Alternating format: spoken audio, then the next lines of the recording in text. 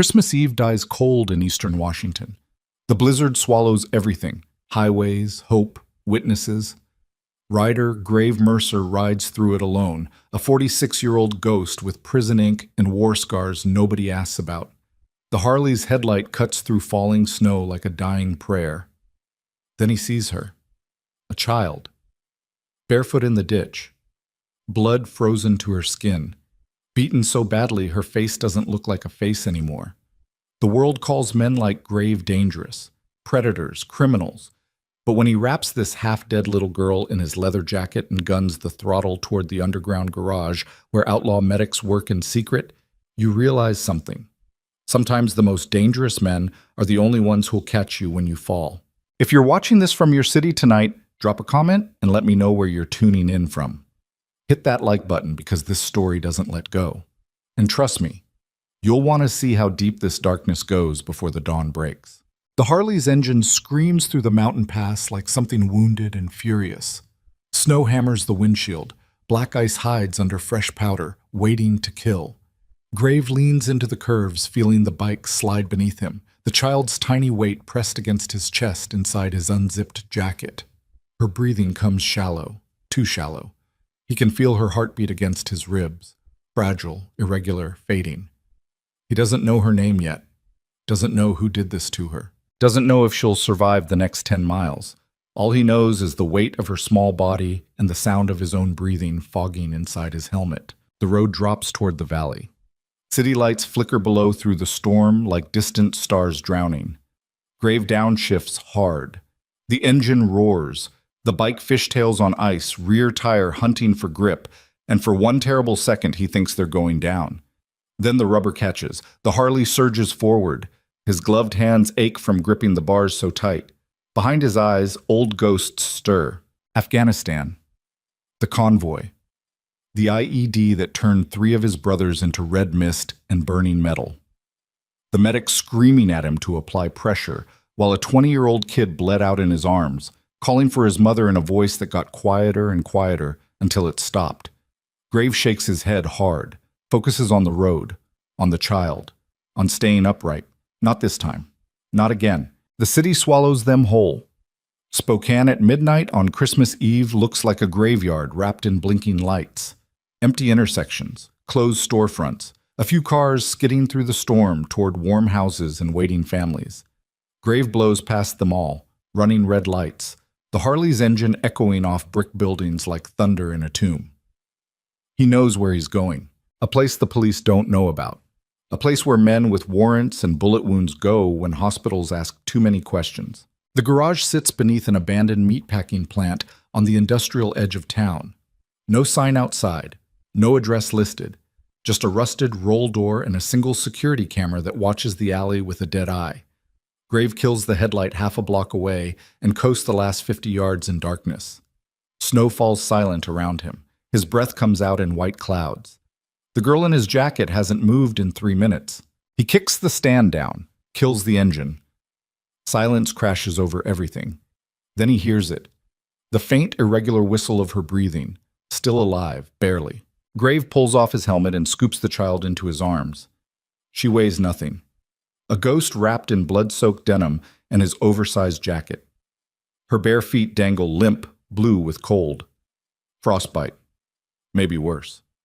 He crosses the alley in 4 long strides and hammers his fist against the roll door 3 times. Pause. 2 times. The code. Metal scrapes. Chains rattle. The door rises with a shriek of ancient gears. Yellow light spills out across the snow. Cigarette smoke curls into the night. A woman stands in the doorway, mid-50s, gray hair pulled back tight, surgical gloves already on, a cigarette clamped between her teeth.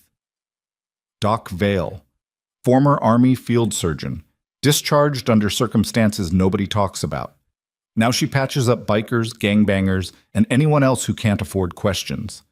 Her eyes drop to the child in Grave's arms. The cigarette falls from her lips into the snow. "Jesus Christ," she whispers. "Inside," Grave says. His voice comes out like gravel scraped across bone. "Now." Doc steps aside. Grave carries the girl into the garage. Fluorescent lights flicker overhead. The space smells like motor oil, welding fumes, and antiseptic. Motorcycles in various states of disassembly line one wall. A surgical table dominates the center of the room, stainless steel, portable, stained with old blood that bleach can't erase. Tools hang from magnetic strips. IV bags dangle from ceiling hooks. A defibrillator sits on a rolling cart in the corner like a mechanical god waiting for worship. This is where the Iron Saints bring their wounded. This is where men come to hide from the law. This is where children aren't supposed to be. Grave lays the girl on the table as gently as his scarred hands allow. Doc's already moving, snapping on a second pair of gloves, hitting switches. Lights blaze brighter. A space heater roars to life in the corner. She cuts away the child's torn clothing with trauma shears, working fast, clinical, but Grave sees her jaw tighten with every new injury revealed. Bruises everywhere, new and old, yellow, purple, black, some shaped like handprints, others like belt buckles. A fractured radius in the left forearm, swollen and misaligned, cigarette burns on her shoulders, rope marks around both wrists, and her feet, torn open from running across frozen ground, bleeding into the snow. Grave carried in on his boots. "How long was she outside, Weck?" Doc asks. Her voice stays steady, professional, but her hands shake. "Don't know," Grave says. "Found her in a ditch off Highway 395. Could have been minutes, could have been hours." Doc nods, presses a stethoscope to the girl's chest, listens. Her expression doesn't change, but Grave knows that look, the one that says this could go either way. Core temp's too low. She's hypothermic, pulse is weak, breathing's shallow. Doc reaches for an IV kit. "I need to warm her slowly. Too fast and her heart stops. You understand?" Grave understands. He's seen men die from the cold before, in the mountains, on patrol, the ones who looked fine until their hearts just quit. Doc works in silence, inserts the IV, hangs a bag of warm saline, wraps the girl in thermal blankets from a heating cabinet, checks pupil response, takes blood pressure, every movement precise, controlled. But beneath the clinical exterior, Grave sees the anger building, the kind that turns a healer into something else. "Whoever did this," Doc starts. "I'll find them," Grave interrupts. Their eyes meet. No more words needed. The girl's breathing evens out slightly under the heated blankets. Color starts returning to her lips. Not pink, not healthy. Just less blue. Less dead. Doc tapes the IV line to her arm and steps back, pulling off the blood-stained gloves. "She needs a hospital," Doc says quietly. "Can't," Grave replies. "She needs imaging, x-rays, a CT scan. I can't." She goes to a hospital, police get involved. Police get involved, she ends up in the system. System puts her right back with whoever did this. Grave's voice stays flat, certain. "I've seen it happen." Doc lights another cigarette with shaking hands, takes a long drag, stares at the broken child on her table. Finally, she nods. "Then she stays here. For now. But if she crashes, I'm calling 911. I don't care who comes knocking." "Fair enough." Grave pulls a stool over and sits beside the table. The girl's face looks small against the white pillow Doc slipped under her head. Maybe 7 years old, maybe 8, hard to tell under the swelling and bruises. Her hair is matted with blood and snow. Her fingernails are torn. She fought, tried to run, and someone hurt her for it. The garage door rattles open again, heavy boots on concrete. Grave's hand drops to the .45 tucked in his waistband, but he relaxes when he sees who's coming. 3 Iron Saints, brothers from the club, Saint, the president, Wraith, the enforcer, and Bones, the sergeant-at-arms. Big men, all of them, wearing road dirt and snow like armor. They stop at the edge of the light and stare at the table. Saint speaks first. He's 62, gray beard down to his chest, eyes like frozen stone. Vietnam vet. 2 tours. Came back with medals he never wears and nightmares he never talks about. "Grave," he says. His voice carries the weight of 3 decades leading violent men through violent times. "What happened?" Grave tells him. Every detail. The highway, the ditch, the blood in the snow, the ride through the storm. He doesn't embellish. Doesn't need to.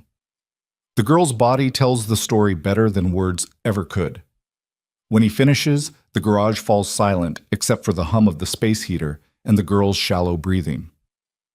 Wraith, 6'5", bald, a scar running from his temple to his jaw, steps closer to the table, looks down at the child. His massive hands curl into fists. "Who?" he asks. "Don't know yet," Graves says. "We find out," Bones adds. He's the youngest of the four, mid-30s, prison tattoos covering both arms, a broken nose that never set right. "We find out and we handle it." Saint raises one hand. Silence falls immediately. "First, the girl lives," he says. "Doc keeps her stable. We keep her safe. Then we ask questions." His pale eyes shift to Grave. "You did right bringing her here, but this storm's about to get worse." "Already is," Doc mutters, checking the girl's IV line. Saint nods. "Wraith, Bones, but spread the word. Full lockdown. Nobody rides alone. Eyes on every approach. If someone's looking for this kid, I want to know before they get within a mile of this garage." The two bikers nod and disappear back into the snow. Saint stays. He pulls another stool over and sits across from Graves, studying the girl's face like he's memorizing every bruise. "You know what you started," Saint says quietly. "Didn't start anything," Grave replies. "Someone else did. And now we finish it." It's not a question. Grave doesn't answer, doesn't need to. In the Iron Saints, some things are understood. You don't abandon your brothers, you don't ignore injustice, and you sure as hell don't let someone beat a child half to death and walk away clean. The girl stirs under the blankets. A small sound escapes her lips. Not quite a word, not quite a cry. Doc immediately checks her vitals, adjusts the IV drip. The child's eyes flutter but don't open. Her small hand clutches at the thermal blanket like it's the only thing keeping her tethered to the world. Grave reaches out without thinking. His scarred, oil-stained fingers gently cover her tiny hand. She stops trembling. Hours pass. The storm intensifies. Wind howls through gaps in the garage walls. Snow piles up against the roll door. Doc rotates heated blankets, monitors vitals, administers antibiotics through the IV. Grave doesn't move from his stool, doesn't eat, doesn't sleep, just sits there, hand over the girls, keeping watch like he's guarding something precious. He thought he'd lost the right to protect years ago. Saint eventually leaves to coordinate security, returns with coffee in a stained thermos. Pours 2 cups. Hands one to Grave. "She gonna make it?" Saint asks. Doc glances over from where she's updating her notes. "Maybe. Core temp's rising. Pulse is stronger, but the trauma..." She trails off, shakes her head. "Physical damage I can treat. The rest is harder." Saint sips his coffee, stares at the girl. "How old you think?" he asks. 7, Doc says. "Maybe 8. You got kids, Grave?" Saint's question comes out casual, but Grave knows better. "No." "Never wanted any?" Grave doesn't answer. The silence stretches. Outside, the wind screams through the industrial district like something dying. Inside, the space heater clicks and hums. The girl's breathing stays steady, too steady, like she's afraid to make noise even in sleep. Finally, Grave speaks. "Had a sister," he says. Voice barely above a whisper. "Long time ago. She was 8, maybe 9. Our old man used to come home drunk, angry, looking for something to break." Saint waits, doesn't interrupt. "One night I wasn't there. I was out, hanging with friends, being 15 and stupid." Grave's jaw tightens. "Came home and found her locked in the closet, bruises on her face, blood in her hair, and my old man passed out on the couch like nothing happened." "What'd you do?" Saint asks, though his tone says he already knows. "Put him in the hospital. Broken ribs, collapsed lung, fractured skull." Grave's hand tightens slightly over the girl's. "They sent me to juvie, sent her to foster care. I aged out, joined the army, never saw her again." "She's still alive?" "Don't know." The admission hangs in the air like smoke. Saint finishes his coffee, sets the cup down. "That why you ride alone?" "I ride alone because it's safer that way." "Bullshit," Saint says, but there's no anger in it. "You ride alone because you think you don't deserve anything else." Grave doesn't respond. The girl's eyes open. Both men freeze. She stares up at the flickering fluorescent lights, pupils dilated, breathing accelerating. Panic floods her small face. She tries to sit up, but the IV line catches. Doc is there instantly, hands gentle, voice calm. Easy, sweetheart. You're safe. You're hurt, but you're safe. The girl's eyes dart around the garage. Take in the motorcycles, the tools, the blood-stained concrete. The big men in leather cuts watching her with expressions she can't read. Her mouth opens, but no sound comes out. Terror locks her throat. Graves slowly pulls his hand away and stands. Takes a step back. Gives her space. "Hey," he says. His voice comes out rougher than intended. He clears his throat. Tries again. "Hey, you're okay. Nobody here's gonna hurt you." The girl's eyes lock onto his face. Search for something. Truth, maybe. Safety. A reason to believe him. Grave holds her gaze, lets her see whatever she needs to see. He doesn't smile, doesn't make promises, just stands there, a scarred ghost in denim and leather, and waits for her to decide. Finally, her breathing slows. "Where?"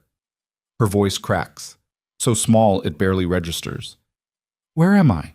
"Somewhere safe," Doc says. "I'm a doctor. These men found you in the snow. You were hurt. Do you remember?" The girl's face crumples. Tears spill down bruised cheeks. "I ran," she whispers. "I ran, and he caught me and—" "Who caught you?" Saint asks. His voice stays gentle despite the rage simmering beneath it.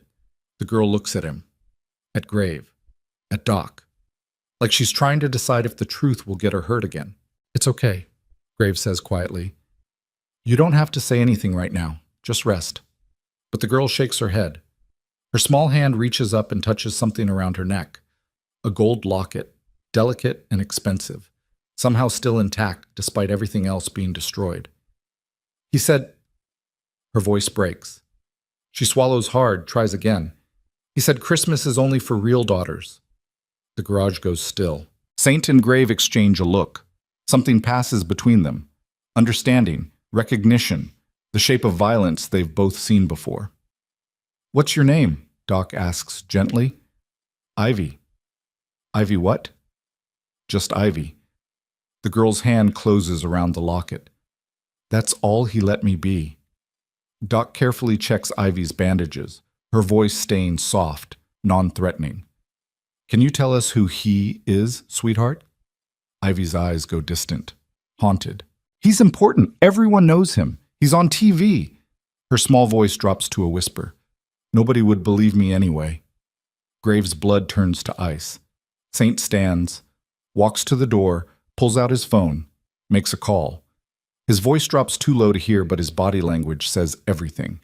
This just became bigger than a hurt child. This became war. When he hangs up, he looks at Grave. "I'm calling the whole chapter. Everyone rides in. We need to know who this son of a bitch is before he realizes his loose end is still breathing." "Already on it." Wraith's voice crackles through Saint's radio. "I got a contact at Child Services. Gonna lean on her, see if any missing persons reports match." "Do it quiet," Saint says. "We don't know who's on his payroll." Ivy watches them with wide, terrified eyes, like she's waiting for the moment they decide she's too much trouble, too risky, waiting for them to hand her over to the system that failed her before. Graves sits back down on the stool, looks at her directly. "You ran barefoot through a blizzard on Christmas Eve," he says. "That means you're tougher than half the men I served with. You survived, and nobody here is going to let anyone hurt you again. That's a promise."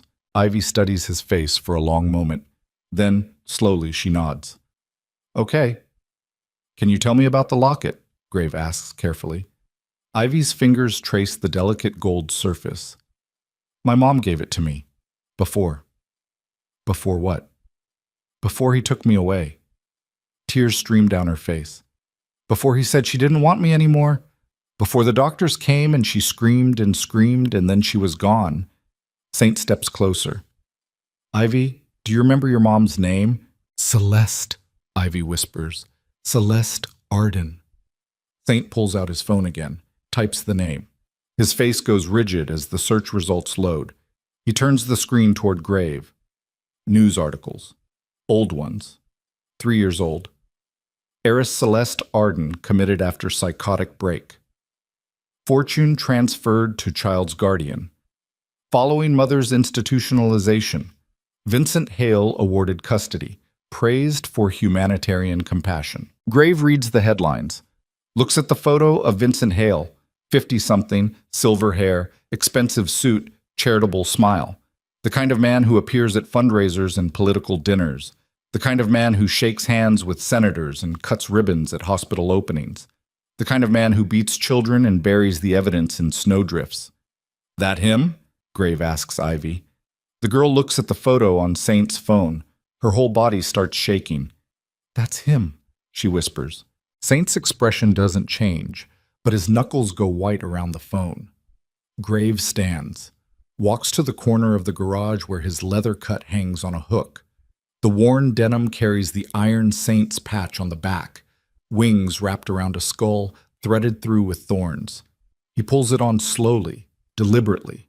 The weight settles across his shoulders like armor. We need to move careful, Saint says. Man like that has lawyers, security, connections. Don't care, Grave replies. I know you don't. But we do this smart or we do it once. There's no second chances. Saint crosses his arms. First, we get proof. Then we get her mother. Then we end him. And if he runs? Grave asks. Saint's smile is colder than the storm outside. Then we chase. Doc finishes checking Ivy's vitals and tucks the blankets tighter around the girl. She needs rest, real rest, and I need supplies I don't have here. Antibiotics, pain medication. If you're going to war over this kid, someone needs to stay with her. I'll stay, a new voice says. They all turn. A woman stands in the doorway. Early 30s, native features, long black hair braided tight, wearing jeans and a flannel coat dusted with snow. Willow, the Iron Saint's only female member, former Army MP. Now she runs security for the club's legitimate businesses, the auto shop, the salvage yard, the bar on the east side. Heard the call, Willow says, stepping into the light. Her eyes find Ivy immediately. Something softens in her expression. Nobody's getting past me, I promise. Ivy looks at Willow, then at Grave, at Saint, at Doc. She's surrounded by outlaws and criminals, and people the law doesn't trust. But for the first time since waking up, the terror in her eyes fades slightly. Thank you, Ivy whispers. Grave nods once. Then he turns to Saint. Where do we start? With the mother, Saint says. If Celeste Arden is still alive, she's been locked in some institution for 3 years. We find her, we get her statement. Then we have ammunition. And Hale? He doesn't know Ivy's alive yet. We keep it that way. Saint pulls on his own cut. But the clock's ticking. Once he realizes the ditch is empty, he's going to start covering his tracks. We need to move fast. Grave glances back at Ivy one more time. She's watching him with those wide, damaged eyes, trusting him with something she probably shouldn't trust anyone with ever again. He looks away. Let's ride, he says. The Iron Saints file out into the storm. Engines roar to life in the darkness. Headlights cut through falling snow. Grave swings his leg over his Harley, feels the cold engine shudder awake beneath him. The vibration runs through his bones like electricity. Saint pulls up beside him, leans over, voice barely audible over the wind. You good? He asks. Grave stares into the blizzard. No, he says honestly. Good. Angry keeps you sharp. Saint guns his throttle. Let's go get her mother. They ride into the storm side by side. Two ghosts on iron horses chasing demons through the frozen dark. Behind them, in the yellow light of the garage, Ivy clutches her locket and whispers a prayer to a mother she hasn't seen in 3 years. Somewhere across the city, Vincent Hale sleeps peacefully in his fortress mansion, convinced his problem died in the cold. He's wrong. And by the time he realizes it, the Iron Saints will already be at his door. The Harley's engine dies with a mechanical cough that echoes off frozen trees. Grave kills the headlight and sits in sudden darkness, listening to the wind tear through the pine forest around him. His breath comes out white. His hands ache from gripping the bars for 2 straight hours through mountain roads that barely exist anymore under the snow. Beside him, Saint's bike ticks as the engine cools. Neither man moves yet. They're staring at the building half hidden in the trees ahead, a sprawling concrete structure that pretends to be a medical facility but looks more like a prison. Barbed wire tops the perimeter fence. Security cameras swivel on poles. Floodlights illuminate a parking lot with exactly 3 vehicles, all expensive, all black. The Cascade Ridge Behavioral Institute, where they sent Celeste Arden 3 years ago and never let her leave. Private facility, Saint says quietly. His voice cuts through the wind. No state oversight. No public records. Pay enough money and you can disappear anyone. Grave swings off his bike. His boots crunch in fresh snow. How do we get in? We don't. Saint pulls out his phone, dials a number. Not yet. First we confirm she's still alive. Then we figure out extraction. Who you calling? Someone who owes me. The phone rings twice before a woman's voice answers, sharp and irritated. It's 4 in the goddamn morning, Saint. Merry Christmas, Janet. Silence, then a sigh that sounds like it's been building for years. What do you want? Patient information. Cascade Ridge Institute. Woman named Celeste Arden. Committed 3 years ago. I need to know if she's still there and what condition she's in. You know I can't access private facility records without a warrant. I know you can. Saint's voice stays flat, certain. Because you've done it before. More silence. Grave watches the building, counting cameras, memorizing guard rotation patterns. 2 men patrolling the perimeter, 1 stationed at the front entrance. Professional, military bearing, not rent-a-cops. This about that girl? Janet asks finally. You heard. Wraith called. Said you pulled a kid out of a ditch. Said she was in bad shape. Still is. And you think this Celeste woman is connected? The girl says she's her mother. Says Vincent Hale had her committed to steal custody and inheritance. Says he tried to kill the kid when she became a problem. Janet doesn't respond immediately. Grave can hear keys clicking on the other end, computer searches happening in real time. Vincent Hale, she says slowly. As in the Vincent Hale who donated $5 million to the governor's re-election campaign? That Vincent Hale? That's the one. Jesus Christ, Saint. You're asking me to dig into a man who has dinner with senators. I'm asking you to help find a woman who's been locked in a cage for 3 years while her daughter got beaten and left to freeze. More clicking. A long pause. Then Janet's voice comes back quieter, harder. Celeste Arden, admitted December 20th, 3 years ago. Diagnosis, acute psychotic break with paranoid delusions. Transferred from county psychiatric hold after 72-hour evaluation. Commitment order signed by Judge Raymond Kowalski. Kowalski? Saint's expression darkens. He's on Hale's payroll. According to records, Celeste has been non-responsive to treatment, heavily medicated, no visitors, no phone calls, no contact with the outside world. Is she alive? As of last month's evaluation, yes. But Saint? Janet's voice drops. If what you're saying is true, if Hale did this, then half the establishment is complicit.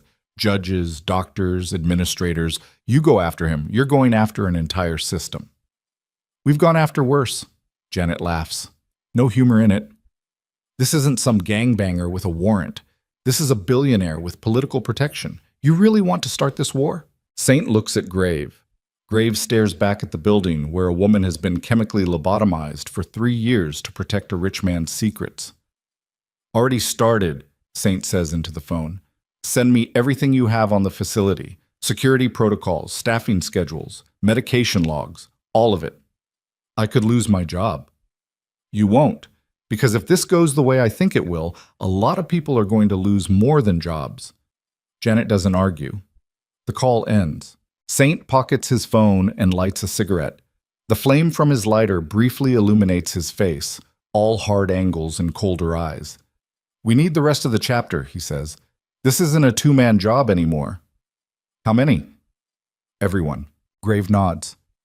Pulls out his own phone. Starts making calls. One by one, Iron Saints answer. Some drunk, some asleep. Some already on the road because they heard the news and knew what was coming.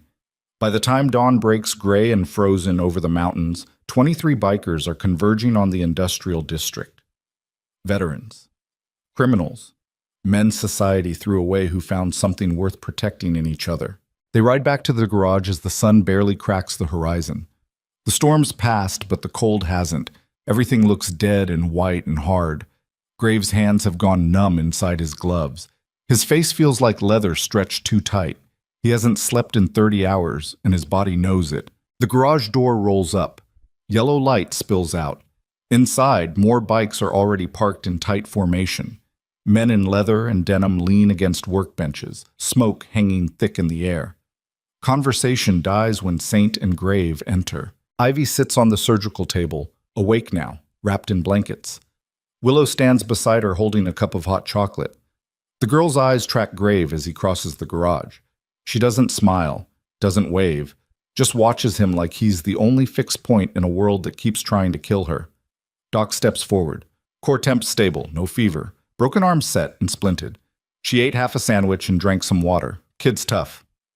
Any ID? Birth certificate? Anything? Saint asks. Just the locket. Doc holds up the delicate gold pendant. Inscription inside for Ivy, my little tree. Love, Mom. Saint takes it carefully, studies the engraving, hands it back to Ivy. The girl clutches it like it's the only proof she ever had a mother who loved her. We found her, Saint announces to the room. Celeste Arden, she's alive. Cascade Ridge Institute up in the mountains. Private facility. Heavy security. No visitors allowed. So we break her out, Wraith says. He's leaning against a Harley, arms crossed, scar tissue catching the light. Go in hard. Fast. Gone before anyone knows we were there. Negative. Saint shakes his head. Place is locked down like a fortress. We go in shooting. People die, including maybe Celeste. Then what? Bones asks from the back. We can't just knock on the door and ask nicely. No, Saint agrees, but we can get someone on the inside, someone who can verify Celeste's condition, document the abuse, build a case. Lawyers? Wraith spits the word like it's poison. We're trusting lawyers? We're trusting evidence, Saint corrects. Hale has protection, political connections, money. We can't just kill him and walk away. That makes us murderers and her an orphan. We need to destroy him the way he destroyed Celeste, legally, publicly, so he can't ever do this again. Silence settles over the garage. 23 men processing the reality that sometimes the right thing is slower and harder than pulling a trigger. Grave walks to the surgical table, crouches down so he's eye level with Ivy. Hey, he says quietly. Hi. Her voice still comes out small, broken. We're going to get your mom. You understand? She's alive. She's up in the mountains, and we're going to bring her home. Ivy's eyes fill with tears. Really? Really? What if she doesn't remember me? Graves' chest tightens. She remembers you. A mom doesn't forget her kid. Ever. But it's been so long, and he said she didn't want me, that she was crazy, that she tried to hurt me. He lied. Graves' voice comes out harder than intended. He forces it softer. Everything he told you was a lie. Your mom loves you. She's been trying to get back to you this whole time. That's why he locked her up, because she wouldn't stop fighting. Ivy wipes her eyes with the edge of the blanket. Are you going to hurt him? The question lands like a punch. Every man in the garage goes still, waiting to hear what Grave will say to a child who's been hurt so badly she's already thinking about revenge at 7 years old. I'm going to make sure he never hurts anyone again, Grave says carefully. That's what matters. But you're not going to kill him? Would you want me to? Ivy thinks about it. Really thinks. Her small face scrunches up with an expression too adult for someone her age. I don't know, she admits. Sometimes I think yes. Sometimes I think I just want my mom back. Then that's what we're going to do. Get your mom back. The rest... Grave glances at Saint. We'll figure out. Saint steps forward, addresses the whole room. Listen up. Here's how this works. We split into 3 teams. Team 1 watches Hale. I want eyes on his mansion 24/7. Every person who comes and goes, every car, every phone call if we can manage it. Team 2 works on getting inside Cascade Ridge. We need someone who can pose as medical staff or administration. Someone who can get access to Celeste and document what they've done to her. I got a guy, Bones says. Ex-paramedic. Lost his license, but he knows his way around medical facilities. Get him, Saint nods. Team 3 stays here with the girl, rotating shifts. No less than 3 people at all times. Willow's in charge of security. Anyone approaches this garage who isn't wearing our patch, you put them down first and ask questions after. What about police? Someone asks. If they come looking, we cooperate. To a point. Ivy was found abandoned. We provided emergency medical care. Everything after that is legal gray area until we have Celeste's testimony and hard evidence against Hale. And if Hale figures out she's alive? Wraith's question hangs heavy. Saint's expression goes cold as the snow outside. Then we stop being subtle. The meeting breaks. Men disperse to their assignments. Engines roar to life as teams head out into the frozen morning. Grave stays behind with Willow and two others, a biker named Flint and another called Reaper. 4 people to guard one child against a billionaire who's already tried to kill her once. Willow pulls Grave aside while Ivy's distracted talking to Doc. You good? She asks. Fine. Bullshit. You haven't slept. You're running on fumes and rage. That's a bad combination. Grave doesn't argue because she's right. She reminds you of someone, Willow says. Not a question. Doesn't matter. It does if it makes you reckless. We need you sharp, Grave. Not suicidal. I'm not. You rode into a blizzard to save a kid you didn't know. You brought her to an illegal medical facility instead of a hospital, which means you're willing to risk prison time to keep her safe. And now you're ready to go to war with one of the richest men in the state. Willow's dark eyes pin him in place. That's not rational calculation. That's personal. Grave looks away. Maybe it is. Then control it. Because that girl over there needs you alive more than she needs you avenging some ghost from your past. The words hit harder than they should. Grave's jaw tightens, but he nods once. Willow squeezes his shoulder and walks back to the security monitors. Hours drag by. Morning turns to afternoon. The garage stays locked down. Doc works on paperwork, documenting every injury on Ivy's body with photographs and detailed notes. Evidence. Proof of abuse. The kind that holds up in court if it ever gets that far. Grave's phone rings. Saint. Talk to me, Grave answers. We got a problem. Saint's voice is tight. Controlled anger barely contained. Hale knows. Knows what? That the ditch is empty. I've got eyes on his estate. 10 minutes ago, 2 SUVs full of private security left in a hurry, heading north. Same direction as where you found Ivy. Grave's blood goes cold. He's looking for her. Or her body. Either way, clock just started. Once he realizes she's not there, he's going to start tearing this city apart to find her. How long we got? Couple hours, maybe. Less if he's smart. Saint pauses. You need to move her. That garage isn't secure enough if he brings real heat. Move her where? Salvage yard, East End, fenced property, guard dogs, multiple exits, better line of sight. I'm sending 6 more men your way. You leave in 30 minutes. The call ends. Grave looks at Ivy. She's fallen asleep again, exhausted from trauma and medication. She looks so small under the blankets, so fragile. And somewhere in the city, men with guns and money and no conscience are hunting her. We're moving, Grave announces to the room. Willow doesn't ask why, just starts packing supplies into duffel bags. Flint and Reaper check their weapons, holster pistols under heavy coats. Doc wakes Ivy gently, explains they're going somewhere safer. The girl doesn't cry, doesn't protest, just nods like she's used to running.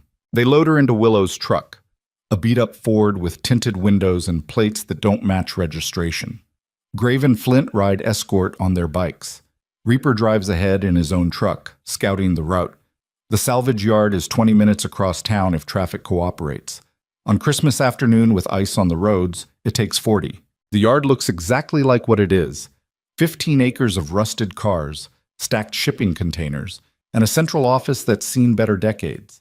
Chain-link fence topped with razor wire surrounds the perimeter. 3 German shepherds patrol the grounds, trained to bark at strangers and bite on command. The office has reinforced doors, barred windows, and a gun safe in the back room. Grave's been here before, done business here. Bought parts, sold salvage, occasionally helped the owner. A retired Iron Saint named Crowley moved merchandise that didn't have clean paperwork. Crowley meets them at the gate. 70 years old, gray ponytail, one eye clouded with cataracts, but his hands stay steady on the shotgun he's carrying. Saint called, Crowley says by way of greeting. Said you're bringing heat. Not by choice, Grave replies. Crowley opens the gate. They drive through. The dogs circle the vehicles, sniffing, alert, but not aggressive. Crowley whistles once, and they back off. Inside the office, space heaters fight against the cold. Old coffee stains mark the concrete floor. Surveillance monitors line one wall, showing feeds from cameras positioned around the property. A cot in the corner. A mini fridge. A hot plate. Everything needed for someone to live here if necessary. Doc sets up another makeshift medical station in the back room. Lays out supplies. Checks Ivy's vitals again. The girl stays quiet, watching everything with those two aware eyes. Grave walks the perimeter with Flint, counts exits, identifies blind spots, plans escape routes if everything goes sideways. His military training kicks in automatically. Assess, adapt, survive. Think Hale will find us here? Flint asks. He's younger than most Iron Saints, mid-20s, served 2 tours in Iraq before coming home broken and angry. Eventually, Grave says, man's got money and resources. Question is, how long before he does? And then what? Then we see if he's stupid enough to come himself or smart enough to send lawyers. Flint lights a cigarette. What would you do? If you could just end it. No lawyers, no waiting. Just you and him and the problem solved. Grave doesn't answer immediately. He's thought about it. More than once since pulling Ivy out of that ditch. How easy it would be. A bullet. A blade. A body in the river. Vincent Hale erased from the world like he tried to erase a 7-year-old girl. Doesn't matter what I do, Graves says finally. Matters what's right. That why we're hiding instead of hunting? We're not hiding, we're protecting. Looks the same from here. Grave turns to face him. You want to go do something stupid, Flint? You want to ride up to that mansion and start shooting? Because that ends one way, with you dead or in prison and that girl still in danger. Saint's playing this smart. You should too. Flint doesn't argue. Just smokes his cigarette and stares at the fence like he's already planning what he'd do if someone tried to climb it. Inside the office, Graves' phone rings again. Unknown number. He almost doesn't answer. Then something tells him to. Yeah? Is this Ryder Mercer? A man's voice, cultured, educated, cold. Graves' hand tightens on the phone. Who's asking? My name is Vincent Hale. I believe you have something that belongs to me. Silence stretches. Grave walks away from the office, out into the yard where no one can hear. His heart pounds, but his voice stays flat. Don't know what you're talking about. Of course you don't. Hale's tone drips with condescension. Just like you don't know about the child you pulled from a ditch last night. The child who ran away from my home during a medical episode. The child who suffers from severe psychiatric issues inherited from her mentally ill mother. That the story you're going with? It's not a story. It's documented medical fact. Ivy has been under my care since her mother proved incapable. I have legal custody, court orders, documentation signed by psychiatrists and judges. Everything legitimate and proper. Legitimate? Grave tastes the word like poison. That what you call beating a kid until she runs barefoot into a blizzard? I call it a tragedy. Hale's voice doesn't waver. A troubled child having an episode, running into dangerous conditions during a storm. If you'd brought her to a proper hospital instead of hiding her with criminals, she'd already be receiving the specialized care she needs. Care like her mother's getting? Locked in a cage for 3 years? A pause. Brief, but telling. Celeste is exactly where she needs to be, Hale says carefully, receiving treatment for her delusions. The courts agreed. Medical professionals agreed. Everyone agreed except her because she's delusional. That's what mental illness does. And the inheritance? The money you got control of after she was committed? I'm Ivy's legal guardian. Managing her trust fund is my responsibility. Convenient. Legal, Hale corrects. Mr. Mercer, I'm going to give you one chance to make this easy. Return Ivy to proper care. Immediately. Do that, and I won't press charges for kidnapping. Won't pursue legal action against your associates. Won't make this difficult. And if I don't?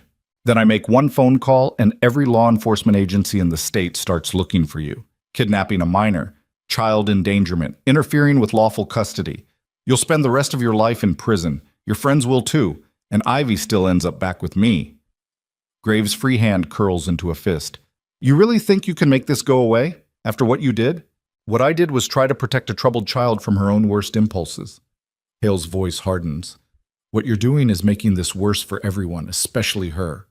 I've seen the bruises, the burns, the broken bones. Documented self-harm. Psychiatric professionals have confirmed it. She hurts herself during episodes. It's heartbreaking, but it's treatable, with proper medication and supervision. You're lying. I have paperwork that says otherwise.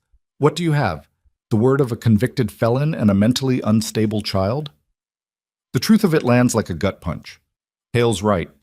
On paper, he's the hero, guardian taking care of a sick child. And Grave? Just another outlaw with a record and a grudge. Here's what's going to happen, Hale continues. You're going to realize you're out of your depth. You're going to bring Ivy somewhere public, a hospital, a police station, anywhere with witnesses, and you're going to disappear. Do that. And maybe I decide you were just a good Samaritan who misunderstood the situation. Maybe I let you walk away. And if I don't, then I destroy you, systematically, legally, publicly. I have resources you can't imagine, lawyers you can't afford, connections you can't match. You think you're protecting her? You're signing her death warrant, because once I get her back, and I will get her back, she'll never have another chance to run. The call ends. Grave stands in the snow, phone still against his ear, rage burning through his chest like acid. Everything Hale said is true. He has the money, the lawyers, the documentation. And all Grave has is a gut feeling and a scared kid's word against a billionaire's legal empire. He walks back inside. Saint's there now, standing with Willow and Doc. They all look at him, reading his expression. Hale called, Grave says. He knows I have her. Threatened legal action, kidnapping charges. Said he'll bury us if we don't hand her over. Can he do that? Willow asks. He's got custody papers, Doc confirms quietly. I checked while you were outside. Court-ordered guardianship, medical documentation of Ivy's supposed psychiatric issues. Everything legal. On paper, he's her legitimate guardian and we're kidnappers. Saint lights a cigarette. So we're already criminals. Good. Means we got nothing left to lose. Saint, Doc starts. No. Saint cuts her off. I don't care what his paperwork says. That man beat a child and tried to kill her. We all saw the evidence. So did you when you photographed every bruise, burn, and broken bone on her body. Evidence that'll get thrown out in court because we obtained it illegally, Doc counters. No warrant. No proper chain of custody. Defense will argue we could have caused those injuries ourselves to frame Hale. Then we get Celeste, Graves says. Get her out of that facility. Get her testimony. She's the mother. Her word carries weight. If she's competent to testify, Doc warns. 3 years of psychiatric medication? They've probably chemical lobotomized her. She might not even remember her own name. The office goes quiet except for the hum of space heaters and the distant bark of guard dogs. Ivy appears in the doorway of the back room, small, wrapped in a blanket, listening to adults argue about her fate like she's property instead of a person. I remember, she says quietly. Everyone turns. I remember my mom, Ivy continues. Her voice is stronger now, clearer. I remember our apartment, the way she smelled like vanilla, how she sang me to sleep. I remember the day the police came, how she screamed and fought and they dragged her away while I cried. I remember all of it. She walks forward, stands in the center of the room. 7 years old and already learning that sometimes the only person who will fight for you is yourself. He told me she was crazy, that she didn't want me, that I was the problem. But I know that's not true, because every night before the police came, she told me she loved me. Every single night. Tears stream down her bruised face, but her voice doesn't break. If you give me back to him, he'll kill me. Maybe not right away, but eventually. Because I'm the proof. I'm the evidence that he's a liar, and he can't let me grow up and tell the truth. Grave crouches down in front of her. We're not giving you back. But you said, I said he threatened us. I didn't say we were listening. Grave looks back at Saint. We get Celeste out tonight. No more waiting. No more playing it safe. We bring her here, get her statement on record, and blow this thing wide open before Hale can make his next move. Saint considers it, finally nods. Bones said his guy can get inside the facility. Ex-paramedic. If he can verify Celeste's location and condition, we can plan extraction. How long? He's already on site. Went in as a temp worker for the holiday shift. Should have intel in the next few hours. That leaves us exposed until then, Willow says. If Hale's smart, he's already got people looking for this place. Let them look. Saint's expression goes hard. We've got guns, we've got men, and we've got something Hale doesn't. What's that? Nothing left to lose. The afternoon bleeds into evening. More Iron Saints arrive. The salvage yard transforms into an armed camp. Bikers take positions around the perimeter. Guard dogs patrol between rows of stacked cars. Floodlights get repositioned to eliminate blind spots. If Hale's men come, they'll find a fortress. Grave can't sit still. He walks the fence line, checks weapons, runs scenarios in his head. Everyone ends badly. Cops show up with warrants. They lose. Hale's private security force comes in heavy. People die. Media gets involved. Ivy becomes a pawn in a public spectacle. No clean exits, just degrees of disaster. His phone buzzes. Text from an unknown number. You have 6 hours. After that, I call the FBI. Federal kidnapping charges. Life sentence. Think about that while you play hero. Grave deletes the message. Keeps walking. Dusk settles over the yard like a closing fist. Temperature drops. Breath comes out white. Somewhere in the mountains, Celeste Arden sits in a locked room, drugged into compliance, unaware that her daughter is alive and fighting for her. Grave's phone rings. Bones. Got something, Bones says. My guy's inside Cascade Ridge. Found Celeste. She's alive, but barely. Heavily sedated, non-responsive. Been kept in isolation for months. Can she be moved? Not safely, not without proper medical support. She's been on antipsychotics long enough that sudden withdrawal could kill her. So we need Doc. And time. My guy says there's a shift change at midnight. Skeleton crew overnight. That's our window. How many staff? 3. 2 orderlies and 1 night nurse. Security's light because it's Christmas. Everyone who could take the holiday off did. Grave checks his watch. 6 hours until midnight. 6 hours before Hale makes good on his threat. Tell your guy to stay put, Grave says. We're coming in. Grave. We're out of time. Hale's already moving. We extract Celeste tonight or we lose everything. Bones doesn't argue. Just says, I'll let him know, and hangs up. Grave walks back to the office. Saint studying surveillance monitors, tracking 2 vehicles that have circled the block 3 times in the last hour. Black SUVs, tinted windows, professional drivers. Hale's scouts, Saint says without looking up. Seeing if we're here. We need to move on Cascade Ridge, Grave says. Tonight, midnight extraction. That's not enough time to plan properly. It's all the time we have. Hale gave me 6 hours. After that, federal charges. FBI manhunt. Game over. Saint turns from the monitors, studies Grave's face. This goes sideways. We're not just risking our freedom. We're risking Ivy's life. If we get caught breaking Celeste out, Hale wins. Courts give him custody. We go to prison. She goes back to him. And if we don't try, same result. At least if we wait, we might find another angle. There is no other angle, Grave's voice rises. Hale owns the judges, the doctors, the cops. Every hour we wait is another hour he's building his case and tightening the noose. We act now, or we're done. You're thinking with your heart instead of your head, Saint says quietly. Maybe that's what this needs. No, what this needs is discipline, strategy, not a suicide run because you're trying to save someone who reminds you of your dead sister. The words hit like a slap. The whole room goes silent. Willow takes a step back. Flint suddenly finds something interesting to look at on his phone. Even the guard dogs outside seem to stop barking. Grave's hands curl into fists. Watch it, Saint. Or what? You gonna take a swing at me? Go ahead. Won't change the fact that you're compromised. Have been since you pulled that girl out of the snow. Saint doesn't blink. I'm not saying we abandon her. I'm saying we do this smart, not fast. Smart. Smart gets her killed.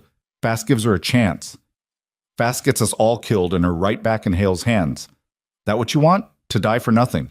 Grave wants to argue, wants to rage, wants to put his fist through the wall. But Saint's right, and they both know it. He's been running on emotion since the moment he saw Ivy bleeding in that ditch. Running on old ghosts and older guilt. But maybe that's what she needs. Someone who will burn the world down to keep her safe instead of calculating acceptable losses. I'm going, Graves says quietly, with or without the club. Saint's expression doesn't change. Then you go alone. And you stop being an Iron Saint the moment you walk out that gate. The ultimatum lands heavy. 40 years of brotherhood, loyalty, family forged in blood and fire. All of it weighed against one broken child who has no one else. Grave doesn't hesitate. So be it. He turns toward the door. Willow steps in front of him. Don't do this, she says. Grave, listen to me. This isn't the way. Move, Willow. If you walk out, you're dead. Hale's people are out there watching, waiting. You go alone, they'll pick you off before you make it 5 miles. Then I die trying. Better than sitting here doing nothing while time runs out. He pushes past her, crosses the yard toward his Harley. Behind him, he hears Saint's voice. Let him go. Saint, Willow starts. I said let him go. Man wants to throw his life away. That's his choice. Grave reaches his bike, throws his leg over, keys the ignition. The engine roars to life, familiar and comforting. He's ridden alone before. Can do it again. But when he looks back at the office, he sees Ivy standing in the doorway, watching him. And in her eyes, he sees the same look he saw in his sister's the last time he failed someone who needed him. The look that says, please don't leave me. Grave kills the engine, sits there in the dark, breath coming hard, hands shaking. He can't do it, can't walk away. But he can't stay and watch Saint's careful strategy take so long that Hale wins anyway. Footsteps crunch in snow behind him. Saint. The old biker stands beside the Harley, hands in his pockets, expression unreadable. You done being stupid? Saint asks. Probably not. Good. Means you're still you. Saint pulls out a cigarette, lights it, exhales smoke into the frozen air. Here's what's going to happen. We hit Cascade Ridge at midnight like you want, but we do it my way. Planned, coordinated, with backup and exit strategies and a prayer we all walk out alive. Grave looks at him. Why the change? Because you're right. We're out of time. And because that girl in there needs her mother more than we need perfect planning. Saint takes another drag. But you pull another lone wolf stunt, I will knock you out and leave you in a trunk until this is over. Clear? Clear. Then let's go to war. Saint walks back to the office. Grave follows. Inside, the Iron Saints are already gearing up. Body armor appears from duffel bags. Weapons get checked. Magazines loaded. This isn't a club anymore. It's an army. And somewhere in the mountains, a woman who's been caged for 3 years is about to get her freedom back. Or die trying. Midnight crawls closer. The plan comes together piece by piece. Bones' contact on the inside will unlock Celeste's door at 12:05 a.m. Saint and 4 others will handle facility security. Grave and Doc will extract Celeste. Willow stays at the salvage yard with Ivy and 6 armed guards. Nobody talks about what happens if it goes wrong. At 11:30 p.m., they roll out. 8 Harleys in formation, headlights off until they hit the open highway. The city falls away behind them. Mountains rise ahead. The road climbs through frozen forests where nothing lives but shadows and wind. Grave rides second in line behind Saint. His heart pounds steady. His hands don't shake anymore. This is it. The point of no return. Everything they've done up until now has been preparation. Now comes the test. The facility appears through the trees exactly where it was before. Concrete and barbed wire and floodlights cutting through darkness. But this time they're not scouting. This time they're invading. Saint signals. The formation splits. Half the bikes circle to the rear entrance. The others park a quarter mile away and approach on foot through the forest. Grave moves with Doc through the trees, boots crunching in snow, breath fogging in the air. Bones' contact, a thin man in scrubs, meets them at a side door, holds it open. No words exchanged, just a nod. Inside, the facility smells like disinfectant and despair. Fluorescent lights flicker overhead. Long hallways stretch empty. Somewhere distant, someone is screaming. No one comes to help. Doc moves fast, following a mental map of the facility layout. Grave stays 2 steps behind, hand on the pistol under his jacket. They pass locked doors with small windows. Faces peer out. Patients trapped in their own minds or trapped by people who profit from their imprisonment. Celeste's room is at the end of the hall. Door reinforced. Window small and dark. Bones contact unlocks it with a keycard. The electronic lock clicks open. Doc pushes inside first. The room is small, windowless except for the door. A bed, a toilet, nothing else. And on the bed, barely visible under thin blankets, lies a woman. Celeste Arden, or what's left of her. Skeletal. Hair gone gray and thin. Skin pale like paper. Her eyes are open but empty, staring at nothing. Drool runs down her chin. Her hands rest limp on the blankets, fingers curled inward like claws. Doc moves fast, checks vitals. Pulse weak but present. Breathing shallow. Pupils dilated from medication. She's been heavily sedated for years, Doc whispers. Withdrawal's gonna be rough, possibly fatal. Can she be moved? Doesn't matter, we're moving her anyway. Doc produces a syringe, a stimulant to counteract some of the sedatives. It's risky, dangerous. But leaving her here is worse. The injection goes in. Doc counts seconds. Celeste's eyes flutter, focus slightly. Her mouth opens, but no sound comes out at first. Then, barely audible. Ivy. Grave crouches beside the bed. We're taking you to her, but you need to walk. Can you walk? Celeste's eyes find his face. Something sparks behind the medication-induced fog. Recognition, not of him, of hope. She nods. Doc and Grave lift her carefully. She weighs almost nothing. They move toward the door, down the hallway, moving fast but not running. Don't attract attention. Behind them, an alarm starts screaming. Someone found the security feed cut, or noticed the unlocked door, or both. Move! Saint's voice crackles over the radio. We're compromised. Everyone out now! Grave and Doc break into a run. Celeste stumbles between them, legs barely working after years of disuse. Behind them, doors start opening, staff emerging, shouting, chaos. They burst through the side exit. Cold air hits like a wall. The Harleys are already rolling, engines roaring, Saint and the others laying down cover as facility security pours out. No shots fired yet, just shouting, threats. Grave lifts Celeste onto the back of his bike. Doc climbs on behind to hold her steady. The engine screams. Rubber bites snow. They launch forward. Behind them, headlights flare. Vehicles giving chase. The forest road narrows, curves sharply. One mistake means a crash that kills everyone. Grave leans into the turns, feeling the bike slide, Doc's arms tight around Celeste to keep her from falling. The chase stretches into minutes. 5, 10, 15 geen. Then they hit the highway, open road, and the Iron Saints open their throttles all the way. The pursuit falls behind, can't match the speed, can't take the risks. By the time they reach the salvage yard, dawn is breaking gray and cold over the horizon. They made it, barely. And now Vincent Hale knows they have both his prisoners, which means the real war is about to begin. Celeste collapses the moment they lift her off the Harley. Her legs give out completely, bones folding like paper. Doc catches her before she hits concrete, easing her down while shouting for blankets, water, anything. The woman's eyes roll back. Her breath comes in shallow gasps. 3 years of chemical restraint don't just disappear because someone broke her out of a cage. Grave stands over them, hands still shaking from the ride, adrenaline burning through his veins like poison. Behind him, the other Iron Saints are rolling in one by one, engines cutting out, boots hitting ground. Saint's face is stone. No celebration, no relief.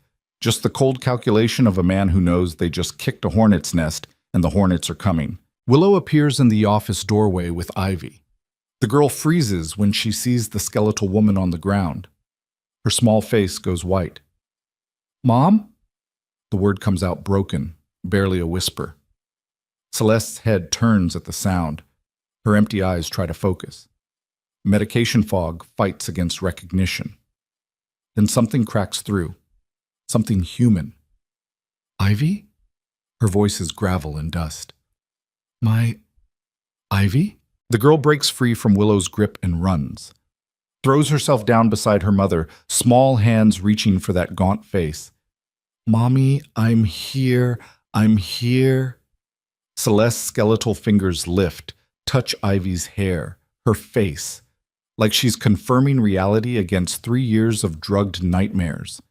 Tears cut tracks through the grime on her hollow cheeks. "They told me you were dead," Celeste whispers. They said I killed you, that I was dangerous, that I—" "You didn't kill anyone," Doc interrupts gently.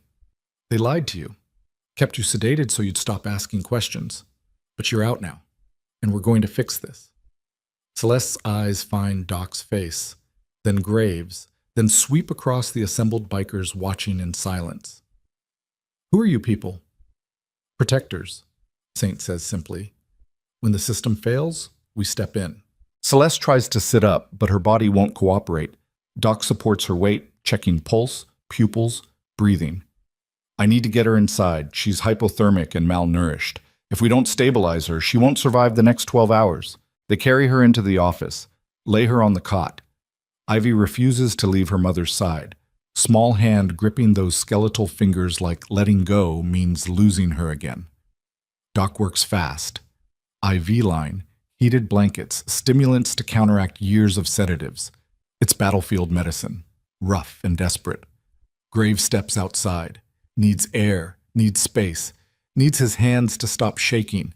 The adrenaline crash is hitting hard, and his body knows it's been running on fumes for too long. Saint joins him, lights a cigarette, offers one to Grave.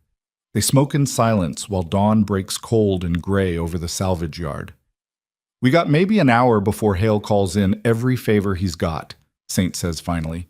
"Police, feds, private security. Once he realizes Celeste is gone, he'll throw everything at finding her." "Then we use that time," Grave replies. "Get her statement. Record it. Upload it everywhere. Make it public before he can bury it. Statement from a woman who's been legally declared mentally incompetent? Courts won't accept it. Media will call it coerced." "So what do you want to do? Hand her back?" "I want to win. Not just survive the next hour." Saint takes a long drag. "We need proof. Real proof. Financial records. Communications.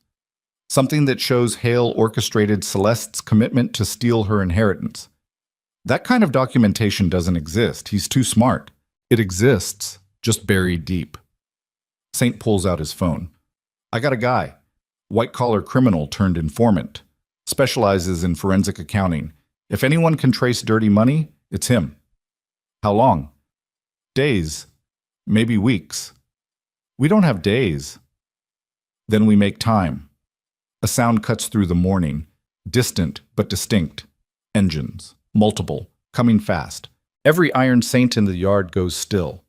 Hands drop to weapons. Grave and Saint exchange a look. Too soon for police. Too coordinated for random traffic. The engines get louder, closer. Then 3 black SUVs punch through the salvage yard gate like it's made of paper. Chain link tears. The vehicles skid to a stop in a semicircle, blocking the exit. Doors fly open. Men pour out. Not cops. Not Hale's private security. Federal agents. FBI windbreakers. Service weapons drawn. "Everyone on the ground, now! Hands where we can see them!" The yard erupts. Iron Saints don't go down easy, shouting, weapons drawn on both sides. Standoff, Mexican standoff where one wrong move turns this into a massacre. A woman steps out of the lead SUV, mid-40s, dark suit, FBI badge on her belt. Special Agent Monroe. Grave knows the type. Career climber who built her reputation putting bikers and gangbangers behind bars. "Ryder Mercer," Monroe calls out. Her voice cuts through the chaos. "You're under arrest for kidnapping a minor, felony child endangerment, breaking and entering, and about 6 other charges I'll remember once you're in cuffs." "That girl was dying in a ditch," Grave shouts back. "I saved her life." "You removed a child from her legal guardian's custody without authorization. That's kidnapping. Everything else is just details." Monroe's eyes sweep the yard. "And now you've added breaking into a medical facility and removing a patient. Lady in there is on a psychiatric hold. You just committed federal crimes to abduct her. She's not a patient. She's a prisoner." Saint steps forward, hands visible but not surrendering. "Vincent Hale had her illegally committed to steal custody of her daughter and access to her inheritance. That's fraud, kidnapping, conspiracy." Vincent Hale is a respected philanthropist with legal documentation backing every action, Monroe counters. You're convicted felons with a history of violence. Who do you think a judge is going to believe? Graves' mind races. This is wrong. The timing is wrong. Hale couldn't have mobilized the FBI this fast unless he already had them on standby. How much is he paying you? Grave asks quietly. Monroe's expression doesn't change. Excuse me? How much? To show up right now, right here, before anyone else knows we have Celeste. Graves' voice hardens. We broke her out less than 2 hours ago. No way you mobilized this fast without advance notice, which means Hale called you before we even moved, which means he knew we were coming. Silence stretches. The other agents shift nervously. Monroe's jaw tightens. You're reaching, she says. Am I? Then explain how you found this location. We just moved Ivy here yesterday. No public records, no witnesses. But you drove straight to it like you had the address already. Monroe doesn't answer. She doesn't need to. Her silence confirms everything. Saint's expression goes dark. Someone talked. The words land like a bomb. Every Iron Saint turns, looking at each other. Suspicion blooms instant and poisonous. Someone betrayed them. Someone gave Hale the location. Someone sold them out to the FBI. Who? Wraith's voice carries murder in it. Who the fuck talked? No one answers. 23 men who'd die for each other suddenly looking at brothers like enemies. Graves' phone buzzes. Text from unknown number. You should have taken my offer. Now everyone loses. VH. Another text. An attachment. A video file. Grave opens it. The screen shows security footage from inside the Cascade Ridge facility. Timestamp from 3 hours ago. Clear video of Grave and Doc carrying Celeste down the hallway. Bones' contact unlocking doors. Every face visible. Every crime documented. Then the footage switches. Different angle. Shows Saint coordinating outside. Other Iron Saints providing security. License plates visible on every bike. Evidence. Perfect evidence. Enough to put them all away for decades. He's got video, Graves says quietly. From inside the facility. Everything we did. Every face. Every crime. Saint's phone buzzes. Same video. Same evidence. Same trap closing around them. Monroe takes a step forward. Last chance. Surrender now. Hand over Ivy and Celeste. Cooperate fully. Maybe the prosecutor goes easy on you. Or what? Saint asks. You shoot us? Or I get warrants. For every property, every asset, every Iron Saint in the state, and I make sure none of you see daylight again for the rest of your natural lives. Inside the office, through the window, Grave can see Ivy clinging to her mother. Celeste barely conscious, but holding on, fighting years of medication to stay present for her daughter. He thinks about his sister, locked in that closet, blood in her hair, the way she looked at him afterward like he should have been there, should have protected her. He thinks about Afghanistan, the kid bleeding out in his arms, the promises he made that death made meaningless.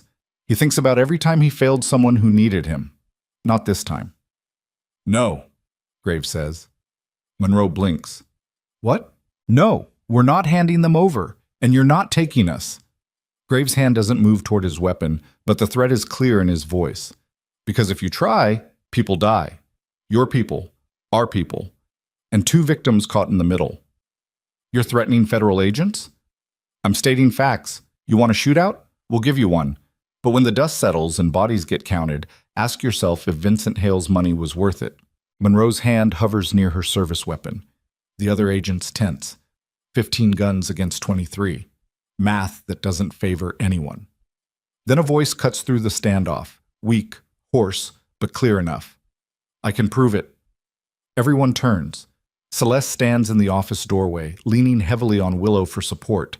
Her skeletal frame barely holds her upright, but her eyes are focused now, clear, present. I can prove everything, Celeste says again. Her voice grows stronger with each word. Vincent Hale forged court documents, bribed doctors, paid judges. I have evidence, hidden evidence. Before they took me, I knew he was coming. I hid documentation, financial records, communications, everything. Monroe's expression shifts, calculation replacing certainty. Where? Safe deposit box. Local bank. Keys hidden in my daughter's locket. Celeste's skeletal hand points at Ivy. The one she's wearing, the one Hale couldn't find no matter how hard he looked. Ivy's hand flies to the gold locket around her neck. She opens it with shaking fingers.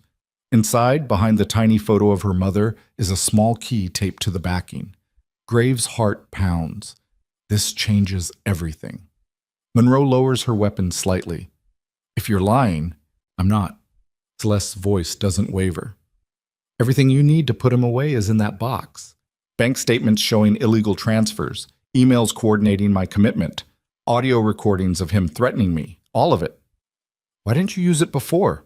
Because he took my daughter before I could, put me in that facility before I could go public, kept me so drugged I could barely remember my own name.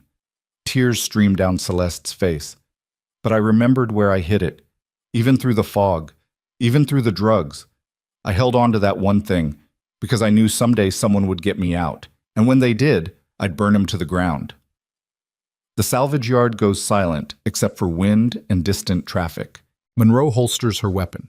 The other agents follow her lead. She pulls out her phone, makes a call, voice low and clipped. When she hangs up, her expression is unreadable. We're going to that bank, she says, right now. And if that box is empty, or if this is some kind of setup, every single one of you is going to prison for the rest of your lives. And if it's not, Saint asks, then maybe you're not the criminals here. They move fast. Monroe and two agents escort Celeste and Ivy into one SUV. Grave and Saint get another. The rest of the Iron Saints stay at the salvage yard under armed guard. Insurance, hostages, whatever keeps everyone honest. The bank is 12 minutes away.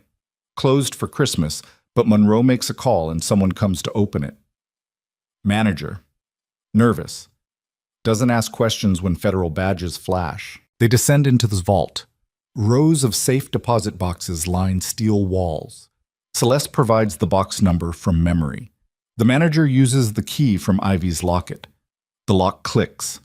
Inside the box is a flash drive, a single USB drive wrapped in protective plastic. Monroe takes it, plugs it into her laptop right there in the vault.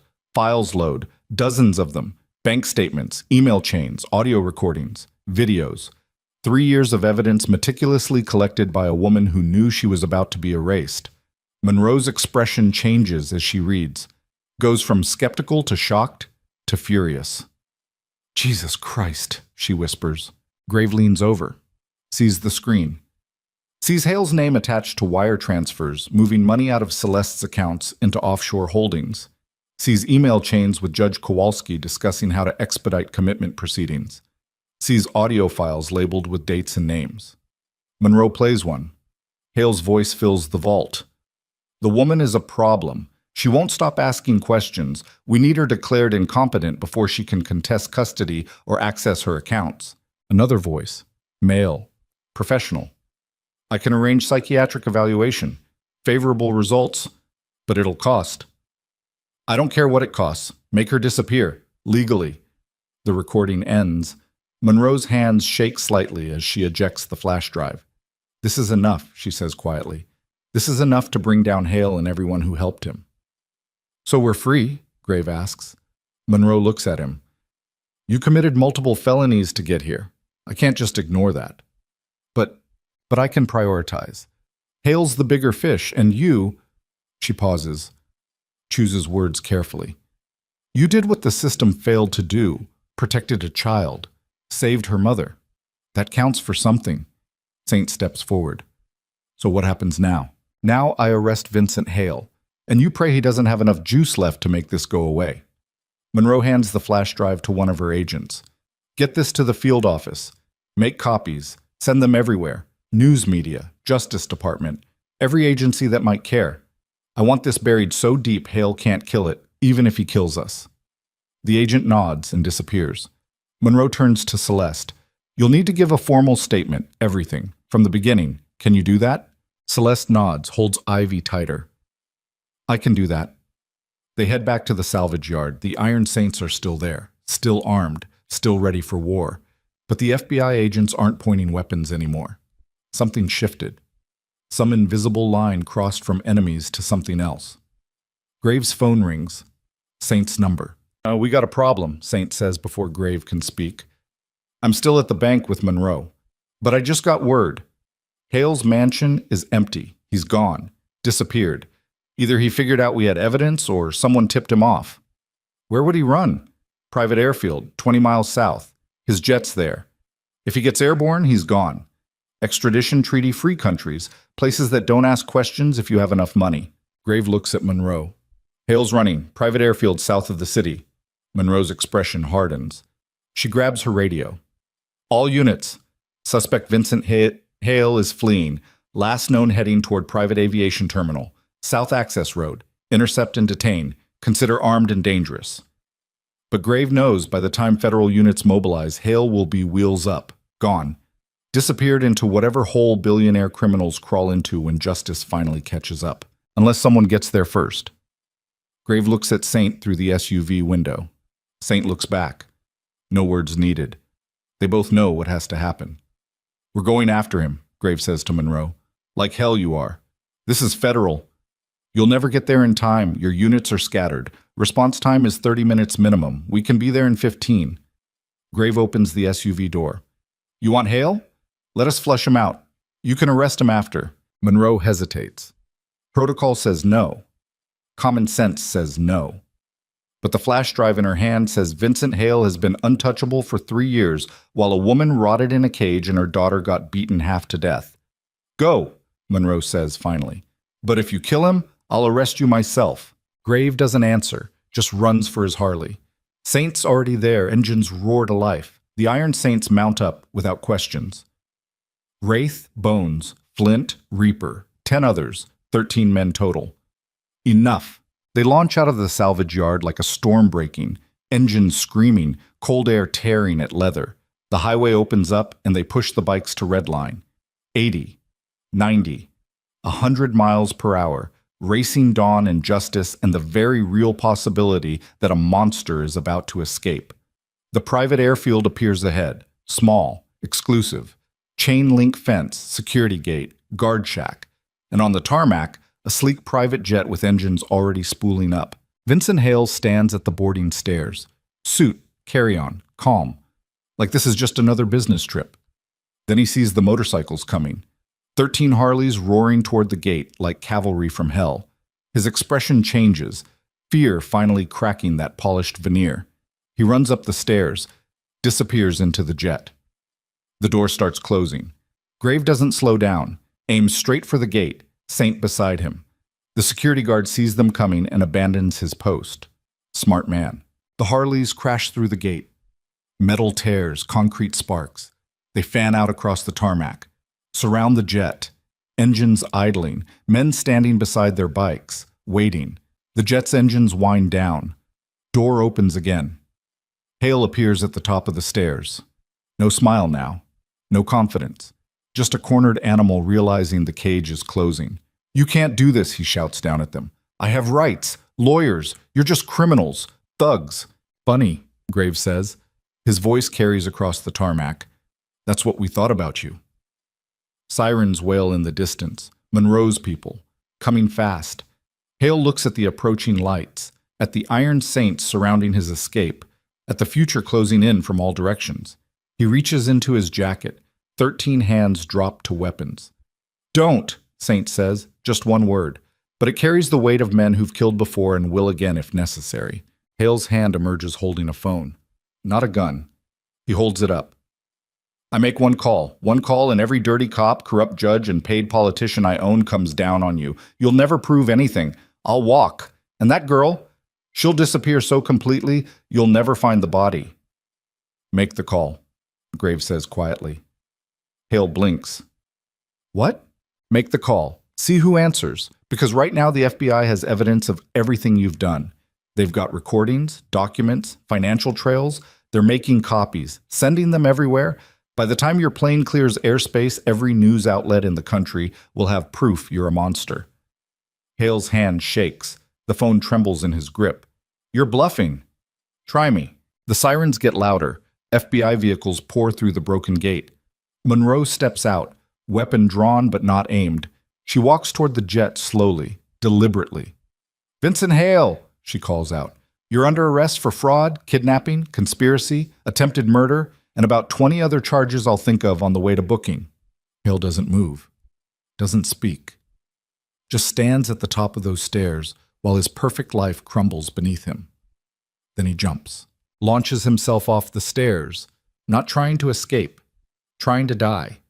Choosing concrete over prison, Grave moves without thinking, closes the distance, catches him midair. They hit the tarmac hard. Grave's shoulder takes the impact. Pain explodes down his arm. But Hale's alive, conscious, defeated. Why? Hale whispers, staring up at the sky. At freedom he'll never taste again. Why save me? After everything. Grave looks down at him. Because that little girl you tried to kill, she deserves to watch you rot in a cell for the rest of your miserable life. Dying's too easy. Living with what you did? That's justice. Monroe's people move in, cuff Hale, read him his rights, load him into the back of an SUV. He doesn't resist, doesn't fight, just stares straight ahead like a man watching his own ghost. The Iron Saints stand in a semicircle, watching, silent, justice served. Not the way they usually serve it, but served nonetheless. Monroe approaches Grave. That was stupid. He could have had a weapon. He did, Grave replies. Money, power, connections, and it didn't matter. It will matter, in court. When his lawyers start working, don't think this is over. But it started. That's enough. Monroe nods once, then walks away to coordinate the arrest. Saint lights a cigarette, hands one to Grave. They smoke in silence while federal agents swarm the airfield. Think Celeste and Ivy will be okay? Saint asks. Eventually. Grave takes a drag, tastes smoke and exhaustion and something that might be hope. They got each other. That's more than most people get. And us? Grave looks at his brothers, at men who risked everything for a child they didn't know, who went to war against a billionaire because it was right, not profitable, not smart, just right. We go home, Grave says, and we wait for the next person who needs saving. Because that's what they do. That's what they've always done. And in a world that keeps trying to destroy the innocent, someone has to stand between the monsters and the light. Even if that someone is a scarred ghost on an iron horse who used to think he'd lost the right to protect anyone at all. End of part 3. The FBI convoy is 3 miles from the city when the first shots ring out. Bullets punch through windshields like angry hornets. The lead vehicle swerves hard, tires screaming, driver slumped over the wheel with blood pouring from his neck. The SUV careens into the guardrail, metal shrieking, glass exploding across asphalt. The second vehicle slams on brakes, but there's no time. Impact, twisted metal, bodies thrown forward against seatbelts. The Iron Saints are 50 yards back when it happens. Grave sees the muzzle flashes from the tree line, sees Monroe's vehicle take fire, sees everything go to hell in 3 seconds flat. Ambush, Saint roars. Get off the road. The motorcycles scatter. Grave yanks his handlebars hard right, the Harley's rear tire sliding on loose gravel before catching. More gunfire erupts. Not random, coordinated, professional. Multiple shooters with high-powered rifles turning the highway into a kill zone. A bullet clips Wraith's rear fender. Sparks fly. He doesn't slow down, just leans lower and guns the throttle. The bikes roar toward cover, a service road that drops down an embankment into a heavy forest. They disappear into the trees as more rounds chew up the pavement where they'd been seconds earlier. Grave skids to a stop behind a fallen log, kills the engine, draws his .45 and counts bodies. Saint, Wraith, Bones, Flint, 8 others, 11 total, 2 missing, either dead on the road or scattered somewhere in the chaos. Monroe? Grave shouts. Saint's already moving back toward the highway, staying low, using trees for cover. Grave follows. They crawl through underbrush until they can see the wreckage.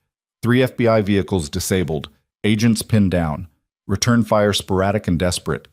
The attackers have high ground and superior firepower. This wasn't random. This was planned.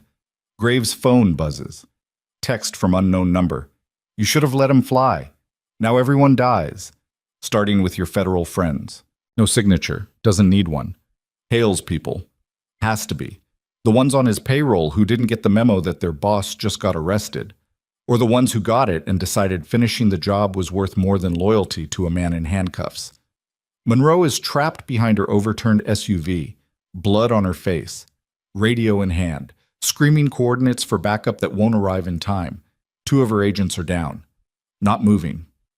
The third is returning fire, but his magazine's running dry.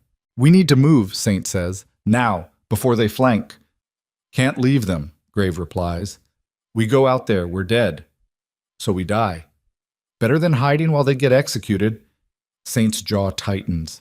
He knows Grave's right, knows leaving Monroe and her people to die makes them no better than the shooters, but charging into a kill zone is suicide. Then Wraith appears beside them, breathing hard, carrying something heavy. A rifle. Military grade. Probably taken off a dead FBI agent. "Found this in the wreckage. Scope's intact." Saint takes it, checks the chamber. Loaded. He finds a firing position behind a thick pine, braces the stock against his shoulder and peers through the scope. 60 years old, but his hands stay steady. Vietnam training never leaves you. 3 shooters, Saint reports. Elevated positions. 200 yards northeast. Professional spacing. Military tactics. "Mercs," Graves says. "Hale hired mercenaries." Makes sense. Man like that doesn't get his hands dirty. Saint tracks movement through the scope. "I can take 1, maybe 2. But the third will relocate before I can acquire." "So we give him a target," Graves says. "What?" "I draw fire, pull them off Monroe. You drop whoever shows themselves." "That's insane. You got a better idea?" Saint doesn't answer because they both know there isn't time for better ideas, just desperate ones. Grave checks his magazine, 15 rounds. Not enough for a sustained firefight, but enough to make noise. He looks at Saint one last time. If this goes bad, it won't. But if it does, get Ivy and Celeste somewhere safe. Finish what we started. "You're not dying today, Grave." "Probably not, but just in case." Grave doesn't wait for a response. Just launches out of cover, boots pounding dirt, sprinting toward the highway at an angle that exposes him to all 3 shooters. He fires as he runs, not aiming, just creating chaos. Muzzle flash and noise and movement. The mercenaries take the bait. Rifle fire tracks toward him. Rounds chew up ground at his heels. A tree beside him explodes into splinters. He dives, rolls, comes up behind Monroe's overturned SUV. She stares at him like he's insane. "What the hell are you doing?" "Saving your life," Grave gasps. "Stay down." Behind them, Saint's rifle cracks once. A mercenary in the trees goes limp, tumbles from his perch. 40 feet down. Dead before he hits ground. The other shooters relocate. Discipline, training. They know they're being hunted now. Saint's rifle cracks again. "Miss!" The round sparks off rock 10 feet from the second shooter's position. Return fire. Heavy caliber. Saint's tree explodes. He throws himself flat as bark and wood shred the air where his head had been. Grave pops up from behind the SUV, fires 3 rounds toward the muzzle flash. Doesn't expect to hit. Just wants them looking at him instead of Saint. It works. Both remaining shooters pivot. Bullets hammer the SUV. Glass disintegrates. Metal crumples. Monroe grabs Graves' jacket and pulls him down hard. "Stop being a hero." Too late for that.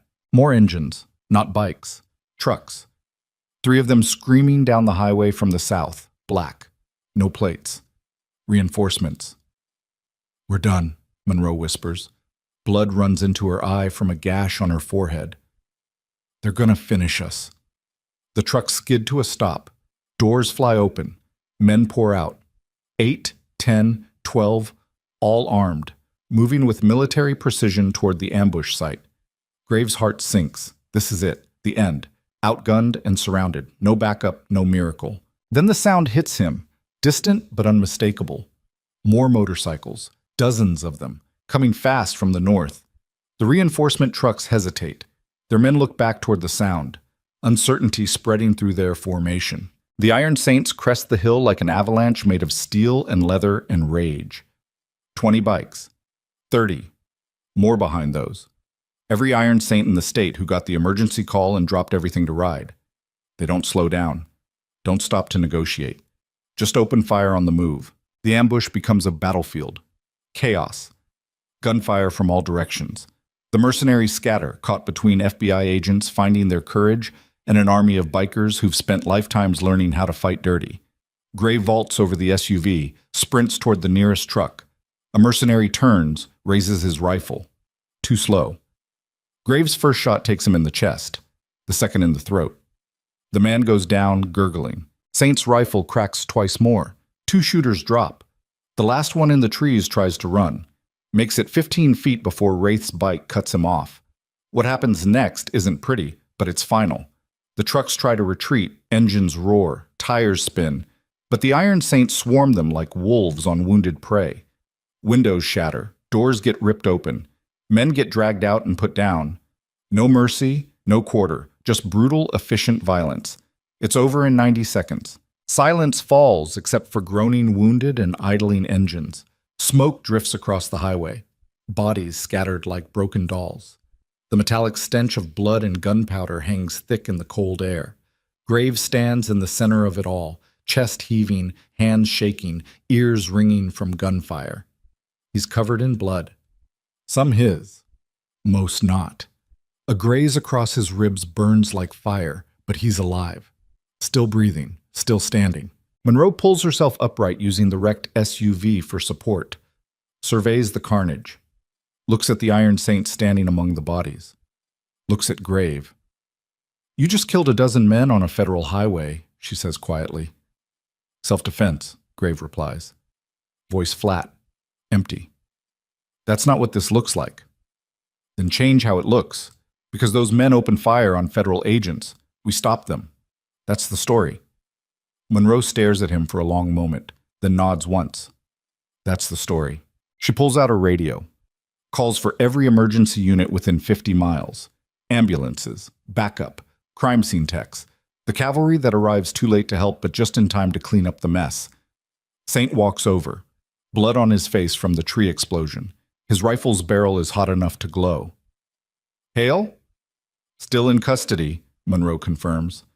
"Last vehicle in the convoy kept going when the ambush started. He's en route to federal holding. Maximum security." "Then who ordered this?" Grave gestures at the bodies. "Doesn't matter," a new voice says. They turn. One of the mercenaries is still alive. Gut shot, bleeding out slow. He's propped against a truck tire, pressing both hands to his stomach, blood seeping between his fingers. His face is gray, eyes unfocused. He's got maybe 5 minutes left. Grave crouches beside him. "Who hired you?" The man laughs, wet, painful. "You think Hale did this alone?" "What are you talking about?" "Network. Powerful people, judges, politicians, businessmen." Blood bubbles at the corner of his mouth.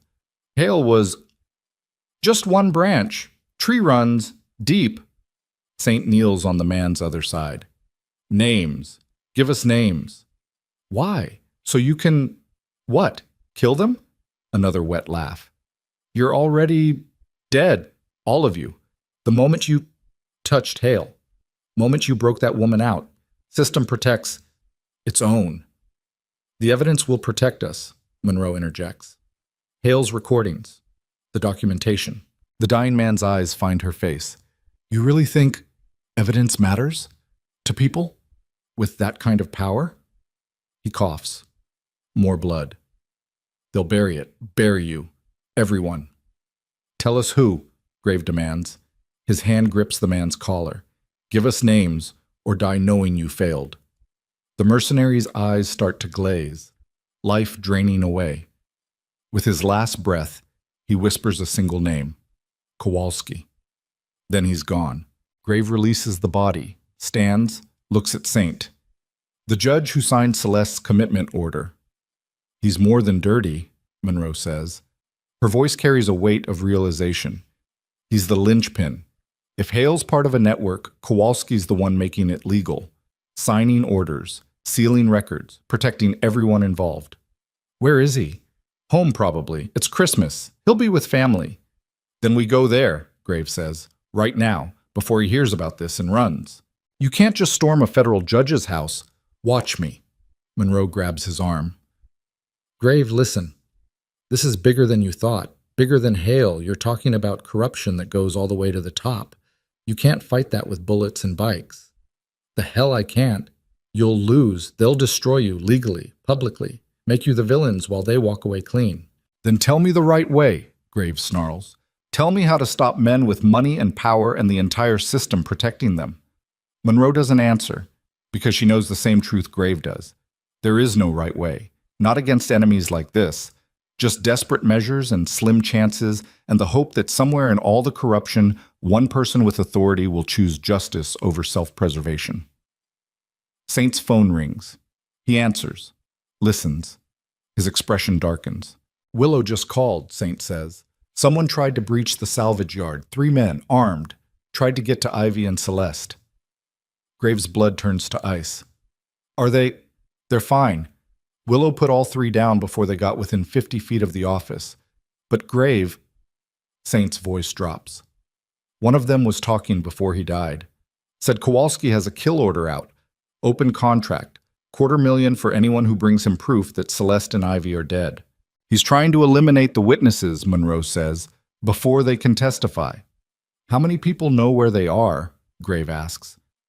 Everyone in the club, Saint replies, plus FBI, plus anyone who was watching when we moved them. So basically everyone. Yeah. Grave's mind races. They can't stay at the salvage yard. Too exposed. Too many access points. But moving Celeste and Ivy in their condition is dangerous.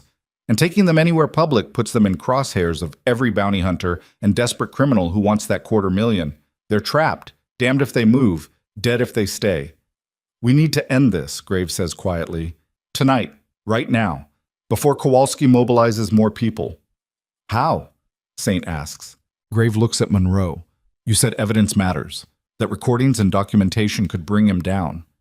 It could, if it gets in front of the right people. Then we make sure it does. We go to Kowalski's house, we confront him, we get his confession on record, and we make damn sure the whole world hears it before he can bury it. He'll never confess, Monroe says. He will if he thinks it's his only way out. Grave's expression hardens. Everyone breaks eventually. You just need to find the right pressure point. Monroe studies him, sees the determination, the rage barely controlled, the willingness to cross every line to protect 2 people he didn't know existed 72 hours ago. If you do this, she says slowly, if you force a confession from a federal judge, every agency in the country will come after you. You understand that? The law won't protect you. I won't be able to protect you.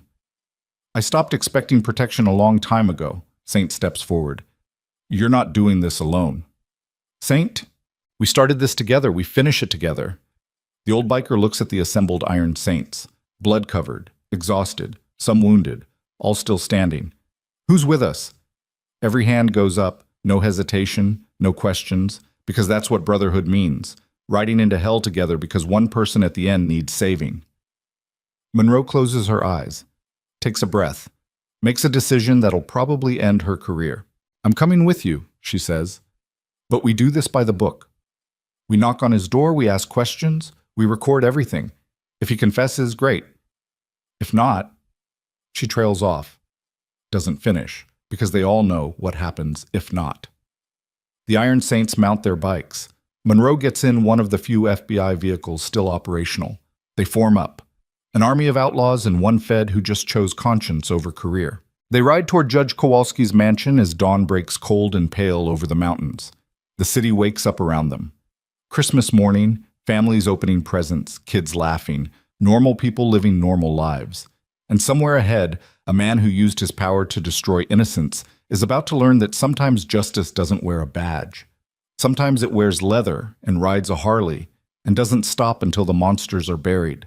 The judge's house sits on 5 acres in the wealthy hills. Gates, guards, security cameras, the kind of fortress money builds when you've made enough enemies to need one. The Iron Saints pull up to the gate. Saint kills his engine, steps off his bike, walks straight to the intercom and presses the call button. Static. Then a nervous voice. Can I help you? Tell Judge Kowalski his past just caught up with him, and if he doesn't come out and talk, we're coming in. Long silence. Then the voice again, shakier. Sir, I'm calling the police. Good, Saint replies. Call them. Call everyone.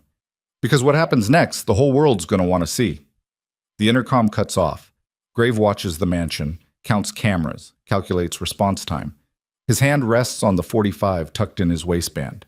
Behind them, Monroe sits in her vehicle, recording everything on her phone. Evidence. Documentation. The truth captured in real time. 60 seconds pass. 90.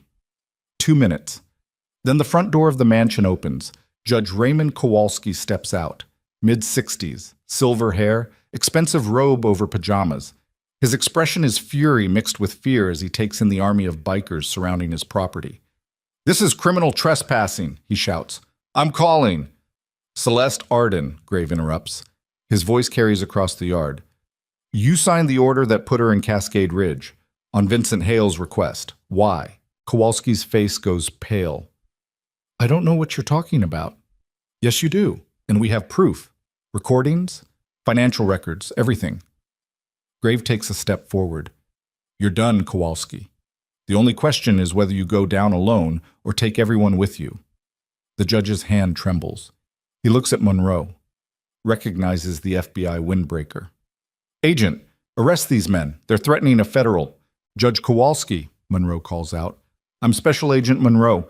I'd like to ask you a few questions about your involvement in fraudulent commitment proceedings and conspiracy to kidnap a minor." Kowalski's mouth opens, closes, opens again. "I want my lawyer." "Of course. That's your right." Monroe steps out of the vehicle. "But you should know we have audio recordings of you discussing how to expedite Celeste Arden's commitment with Vincent Hale. We have bank records showing payments from offshore accounts Hale controls. And we have testimony from the victim herself."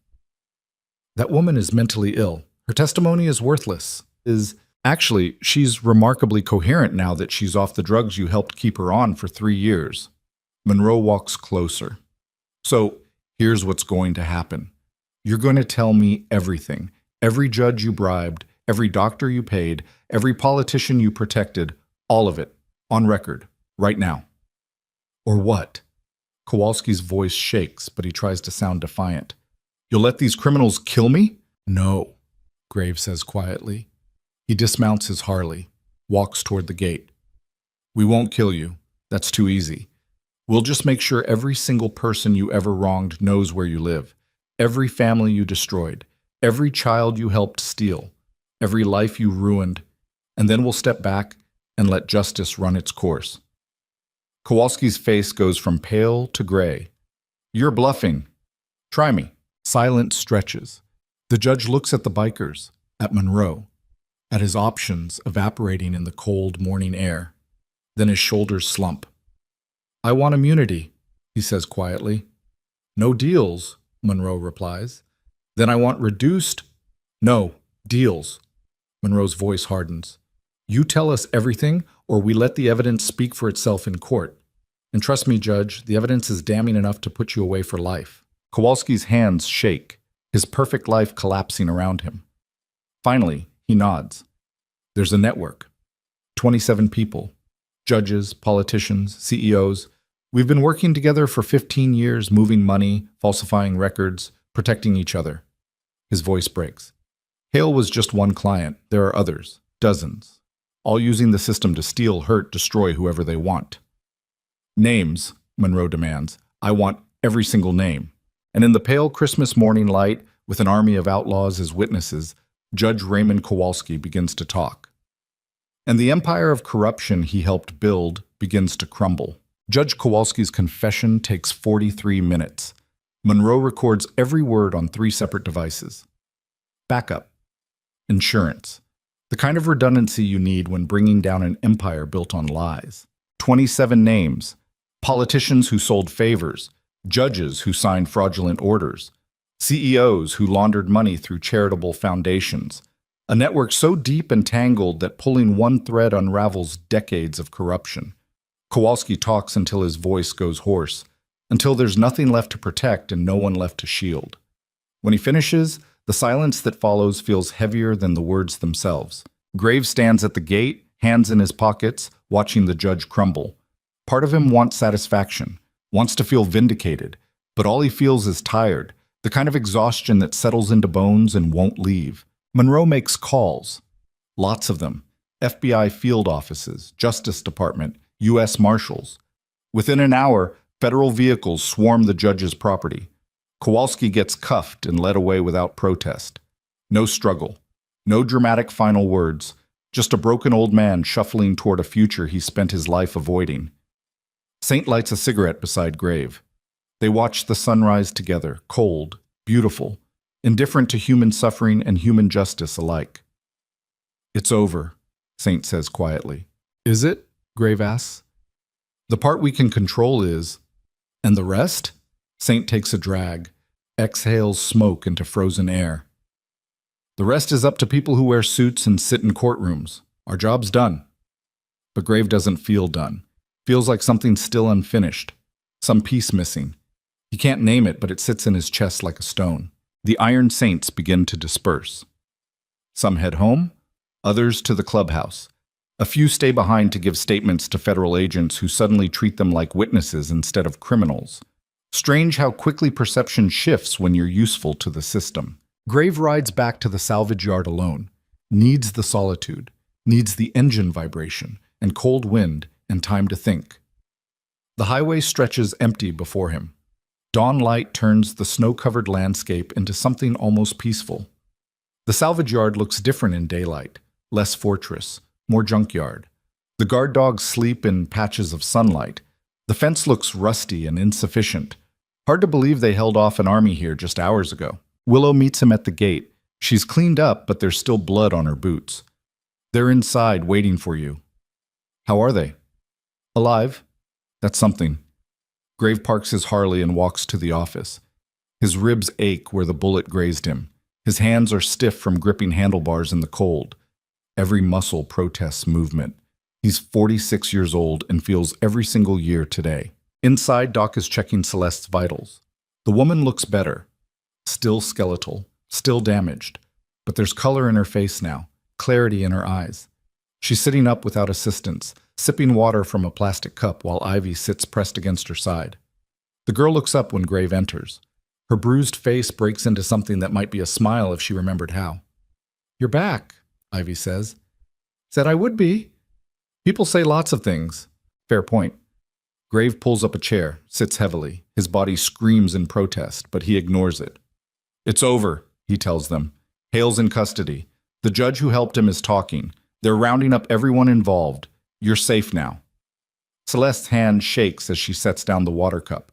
"Safe," she repeats, like the word is foreign. "I don't know what that means anymore. It means nobody's coming for you. Nobody's coming for Ivy. You can start over. Start over."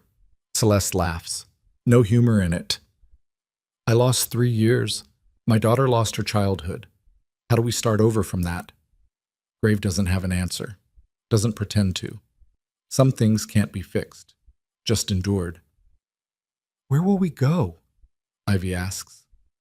Her small voice cuts through the heavy silence. "We don't have a home. He took everything." "Not everything," Doc interjects.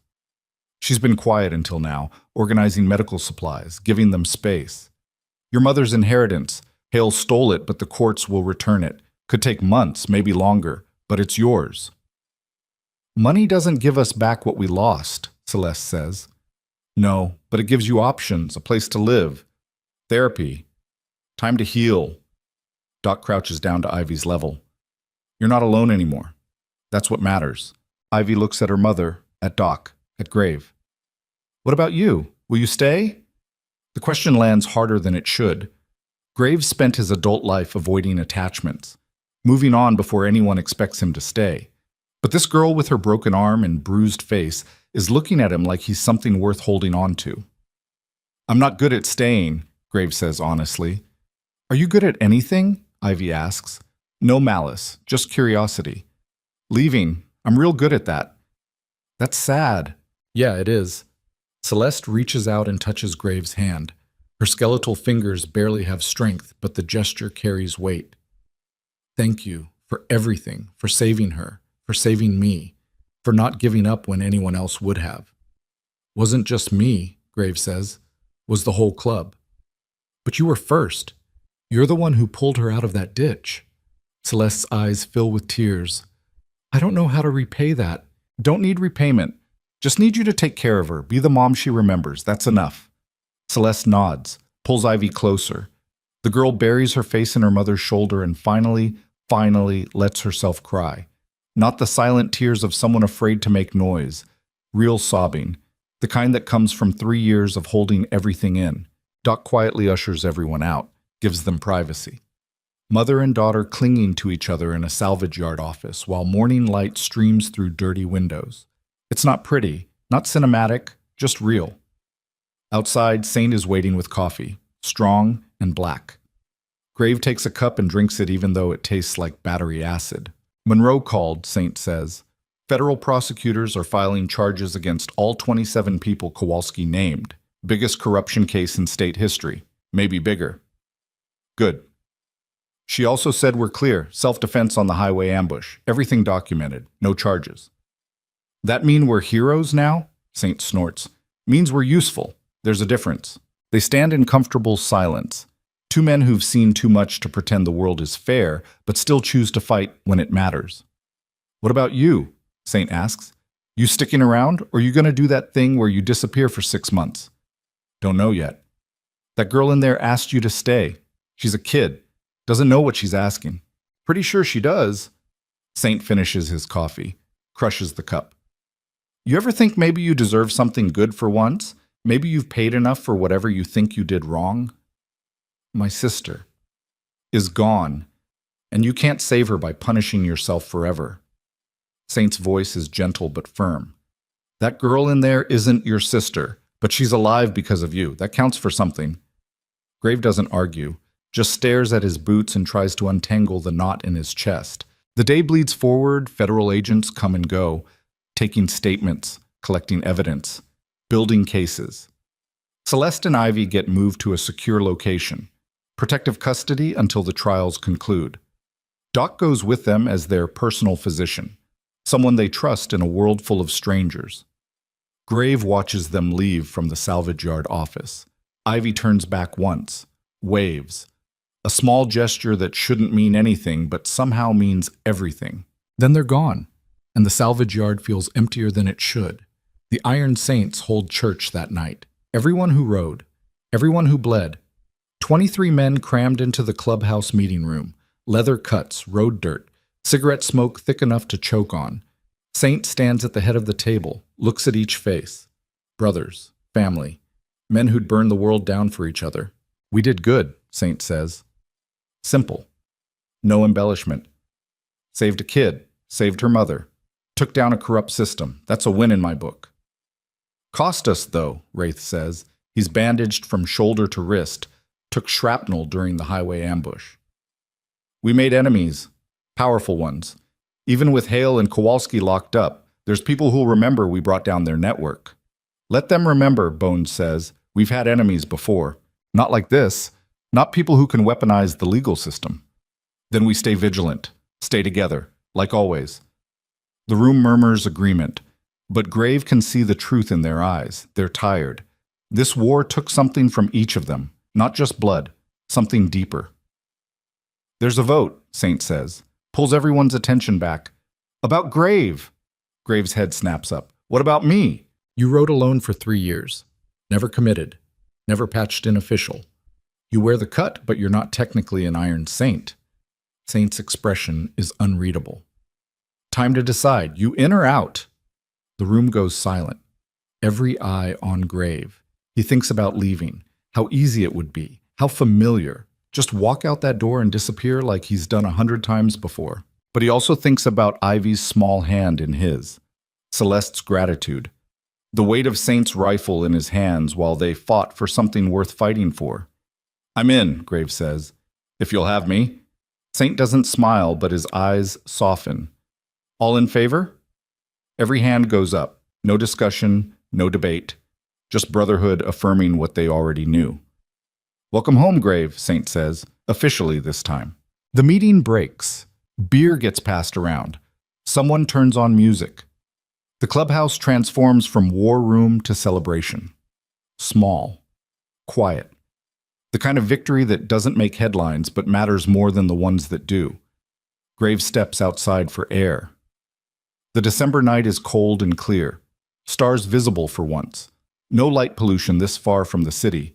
Just darkness and distant constellations and the sound of brothers laughing inside. His phone buzzes, text from unknown number. He almost deletes it without looking, then reads it. Thank you. For everything. We're safe. We're together. That's because of you. Celeste. Below that, another message. Different sender, but same number. Merry Christmas, Grave. You're my hero. Ivy Grave stares at the screen for a long time. Doesn't know how to respond. Doesn't know if he should. Finally types back. Merry Christmas. Stay safe. Simple. Inadequate. But honest. He pockets the phone and looks up at the stars. Thinks about his sister. About the kid in Afghanistan who bled out in his arms. About all the people he couldn't save and the two he finally did. Maybe Saint's right. Maybe that counts for something. The clubhouse door opens.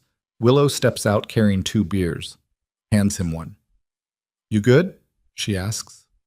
Getting there. That's progress. They drink in silence. Watch their breath fog in cold air. You ever think about settling down? Willow asks. Finding something permanent? Permanent doesn't exist for people like us. Maybe. Or maybe we just tell ourselves that so we don't have to try. Grave considers this. Takes another pull of beer. You trying to tell me something? Just thinking out loud. Willow finishes her beer, crushes the can. But for what it's worth, you did good this week. Real good. And I think you should let yourself feel that instead of looking for the next thing to punish yourself over. She goes back inside before he can respond. Grave stands alone under the stars. Lets the cold sink into his bones. Lets himself breathe without waiting for the next crisis. For the first time in years, he's not running from ghosts or chasing redemption. He's just standing still. Being present. Alive. It's terrifying and peaceful at the same time. 3 months later, the trials start. 27 defendants, dozens of charges. Celeste testifies. So does Ivy, though they keep her testimony sealed to protect her. The evidence is overwhelming. Recordings, documents, financial trails, Kowalski's confession. One by one, they fall. Judges disbarred. Politicians indicted. CEOs stripped of their empires. Hale gets 30 years, no parole, no early release. He'll die in prison and everyone knows it. Kowalski gets 25. But he cooperates so fully that some of it might get reduced. Doesn't matter. His life as he knew it is over. The Iron Saints aren't called to testify. Monroe keeps them out of it, uses their statements but doesn't parade them in court. Professional courtesy for men who saved her life when they didn't have to. Grave watches the news coverage from a bar in Montana. He rode north after the trials started. Needed distance. Needed to see if the pull to return was real or just obligation. It takes him 2 weeks to figure it out. 2 weeks of empty highways and anonymous motels, and waking up alone wondering why he left in the first place. So he rides back. Takes his time. No rush, just steady miles and cold wind and the slow realization that maybe home isn't a place. Maybe it's the people who don't give up on you even when you give up on yourself. The clubhouse looks the same when he pulls in. Same bikes, same leather, same brothers sitting around playing cards and talking shit. They look up when his engine cuts off. Saint raises a beer in greeting. Wondered when you'd come back, Saint says. Took the scenic route. Always do. Grave parks his Harley in its usual spot. Feels right. Feels permanent in a way nothing else has. Celeste and Ivy are looking for you, Willow says. She's working on her bike, hands covered in grease. Said they have something to give you. Give me? Didn't say what, just that it was important. Grave borrows Saint's truck and drives to the address Willow provides. Nice neighborhood, quiet. The kind of place where kids play in yards and people wave at strangers. Celeste and Ivy live in a small house with a blue door and flower boxes under the windows. Modest, safe. He knocks, waits. Hears footsteps inside. Ivy opens the door. She's grown. Not much, but enough that he notices. The bruises are gone, her arms out of the cast. She's wearing jeans and a sweater and her hair is brushed and clean. You came, she says. Smiles. Real smile this time. Said I would. You say a lot of things. Grave can't help but smile back. Learned that from you. Celeste appears behind Ivy. She's gained weight, healthy weight. Her face has color. Her eyes are clear. She looks like a person instead of a ghost. Come in, Celeste says. Please. The house is simple but warm. Furniture that's lived in. Pictures on the walls. A Christmas tree in the corner even though it's March. Some traditions die hard. They sit in the living room. Coffee gets poured. Small talk happens. How are you? How's the club? How's therapy going? The comfortable awkwardness of people who survived something terrible together, but don't quite know what they are to each other now. Finally, Celeste pulls out a small box, wrapped in plain paper. She hands it to Grave. "We wanted to give you this," she says, "for Christmas. We know it's late, but we needed time to figure out what to say." Grave opens the box carefully. Inside is a silver star ornament, the same one Ivy gave him that night in the garage. Bent, imperfect, but polished now, restored. Beneath it is a folded piece of paper. He opens it. Ivy's handwriting, careful, practiced. "Dear Grave, you saved my life. You saved my mom. You gave us a second chance. I don't know how to say thank you for that, so I'm giving you this star. You said you'd keep it safe. Now I want you to keep yourself safe too, because heroes are supposed to get happy endings. And you're my hero. Love, Ivy." Grave's throat tightens. He can't speak for a moment, just stares at the words and the star and tries to remember how to breathe. "She practiced that for 3 weeks, Celeste says softly. "Wanted it perfect." "It is perfect," Grave manages. Ivy scoots closer, looks up at him with those eyes that have seen too much but somehow still hold hope. "Will you visit us, sometimes?" "Yeah, I can do that." "Promise?" "Promise." Ivy throws her arms around him, sudden, fierce, the kind of hug that says thank you and don't leave and I trust you all at once. Grave hugs her back, careful, gentle, like she's made of glass. When they pull apart, his eyes are wet and he doesn't bother hiding it. Celeste walks him to the door when it's time to leave. They stand on the porch in afternoon sunlight. Normal neighborhood sounds around them. Dogs barking, kids playing, life happening. "She's going to be okay," Celeste says. "We both are. Eventually." "I know. And you? Are you going to be okay?" Grave thinks about it. Honest question deserves honest answer. "Working on it," he says. "That's good. That's enough." Celeste touches his arm, brief, warm. "Thank you, Grave, for giving us our lives back." "You gave me something too," Grave admits. "Just took me a while to figure out what." He drives back to the clubhouse as the sun sets, parks the truck, walks inside. The brothers are there. Saint, Wraith, Bones, Willow. All of them. Family not by blood but by choice. He sits down at the table, pulls out the silver star, sets it in front of him. "What's that?" Saint asks. "Reminder," Grave says. "Of what?" "That some things are worth saving, and some people are worth staying for." Saint nods. Understands without needing explanation. That's what brotherhood is, knowing without words. The night rolls on. Beer flows. Stories get told. Lies get embellished. Laughter fills the clubhouse like smoke. And for the first time in longer than he can remember, Grave lets himself be part of it. Not watching from the edges, not planning his exit, just present. Here. Home. Later, much later, when everyone's drifted off to sleep or stumbled home, Grave steps outside one last time. The Harley sits in the parking lot, chrome catching moonlight, engine cold but ready, always ready. He thinks about roads not taken, about running, about all the years he spent convinced he didn't deserve peace or family or anything good. Then he thinks about a little girl in a blue house who calls him her hero, about a woman who learned to trust again, about brothers who ride into hell because one person at the end needs saving. Grave climbs on his bike, keys the ignition.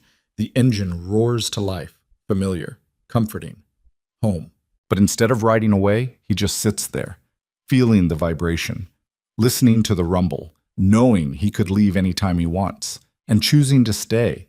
Because some ghosts need chasing, some battles need fighting, and some families are worth more than all the roads that lead away from them. He kills the engine, walks back inside, closes the door behind him. The Iron Saints clubhouse stands dark and quiet under winter stars. Inside, men sleep who've seen too much but still choose hope over cynicism, who ride into darkness because someone has to, who catch falling angels even when the world calls them demons. And somewhere in a blue house across town, a little girl sleeps safe beside her mother.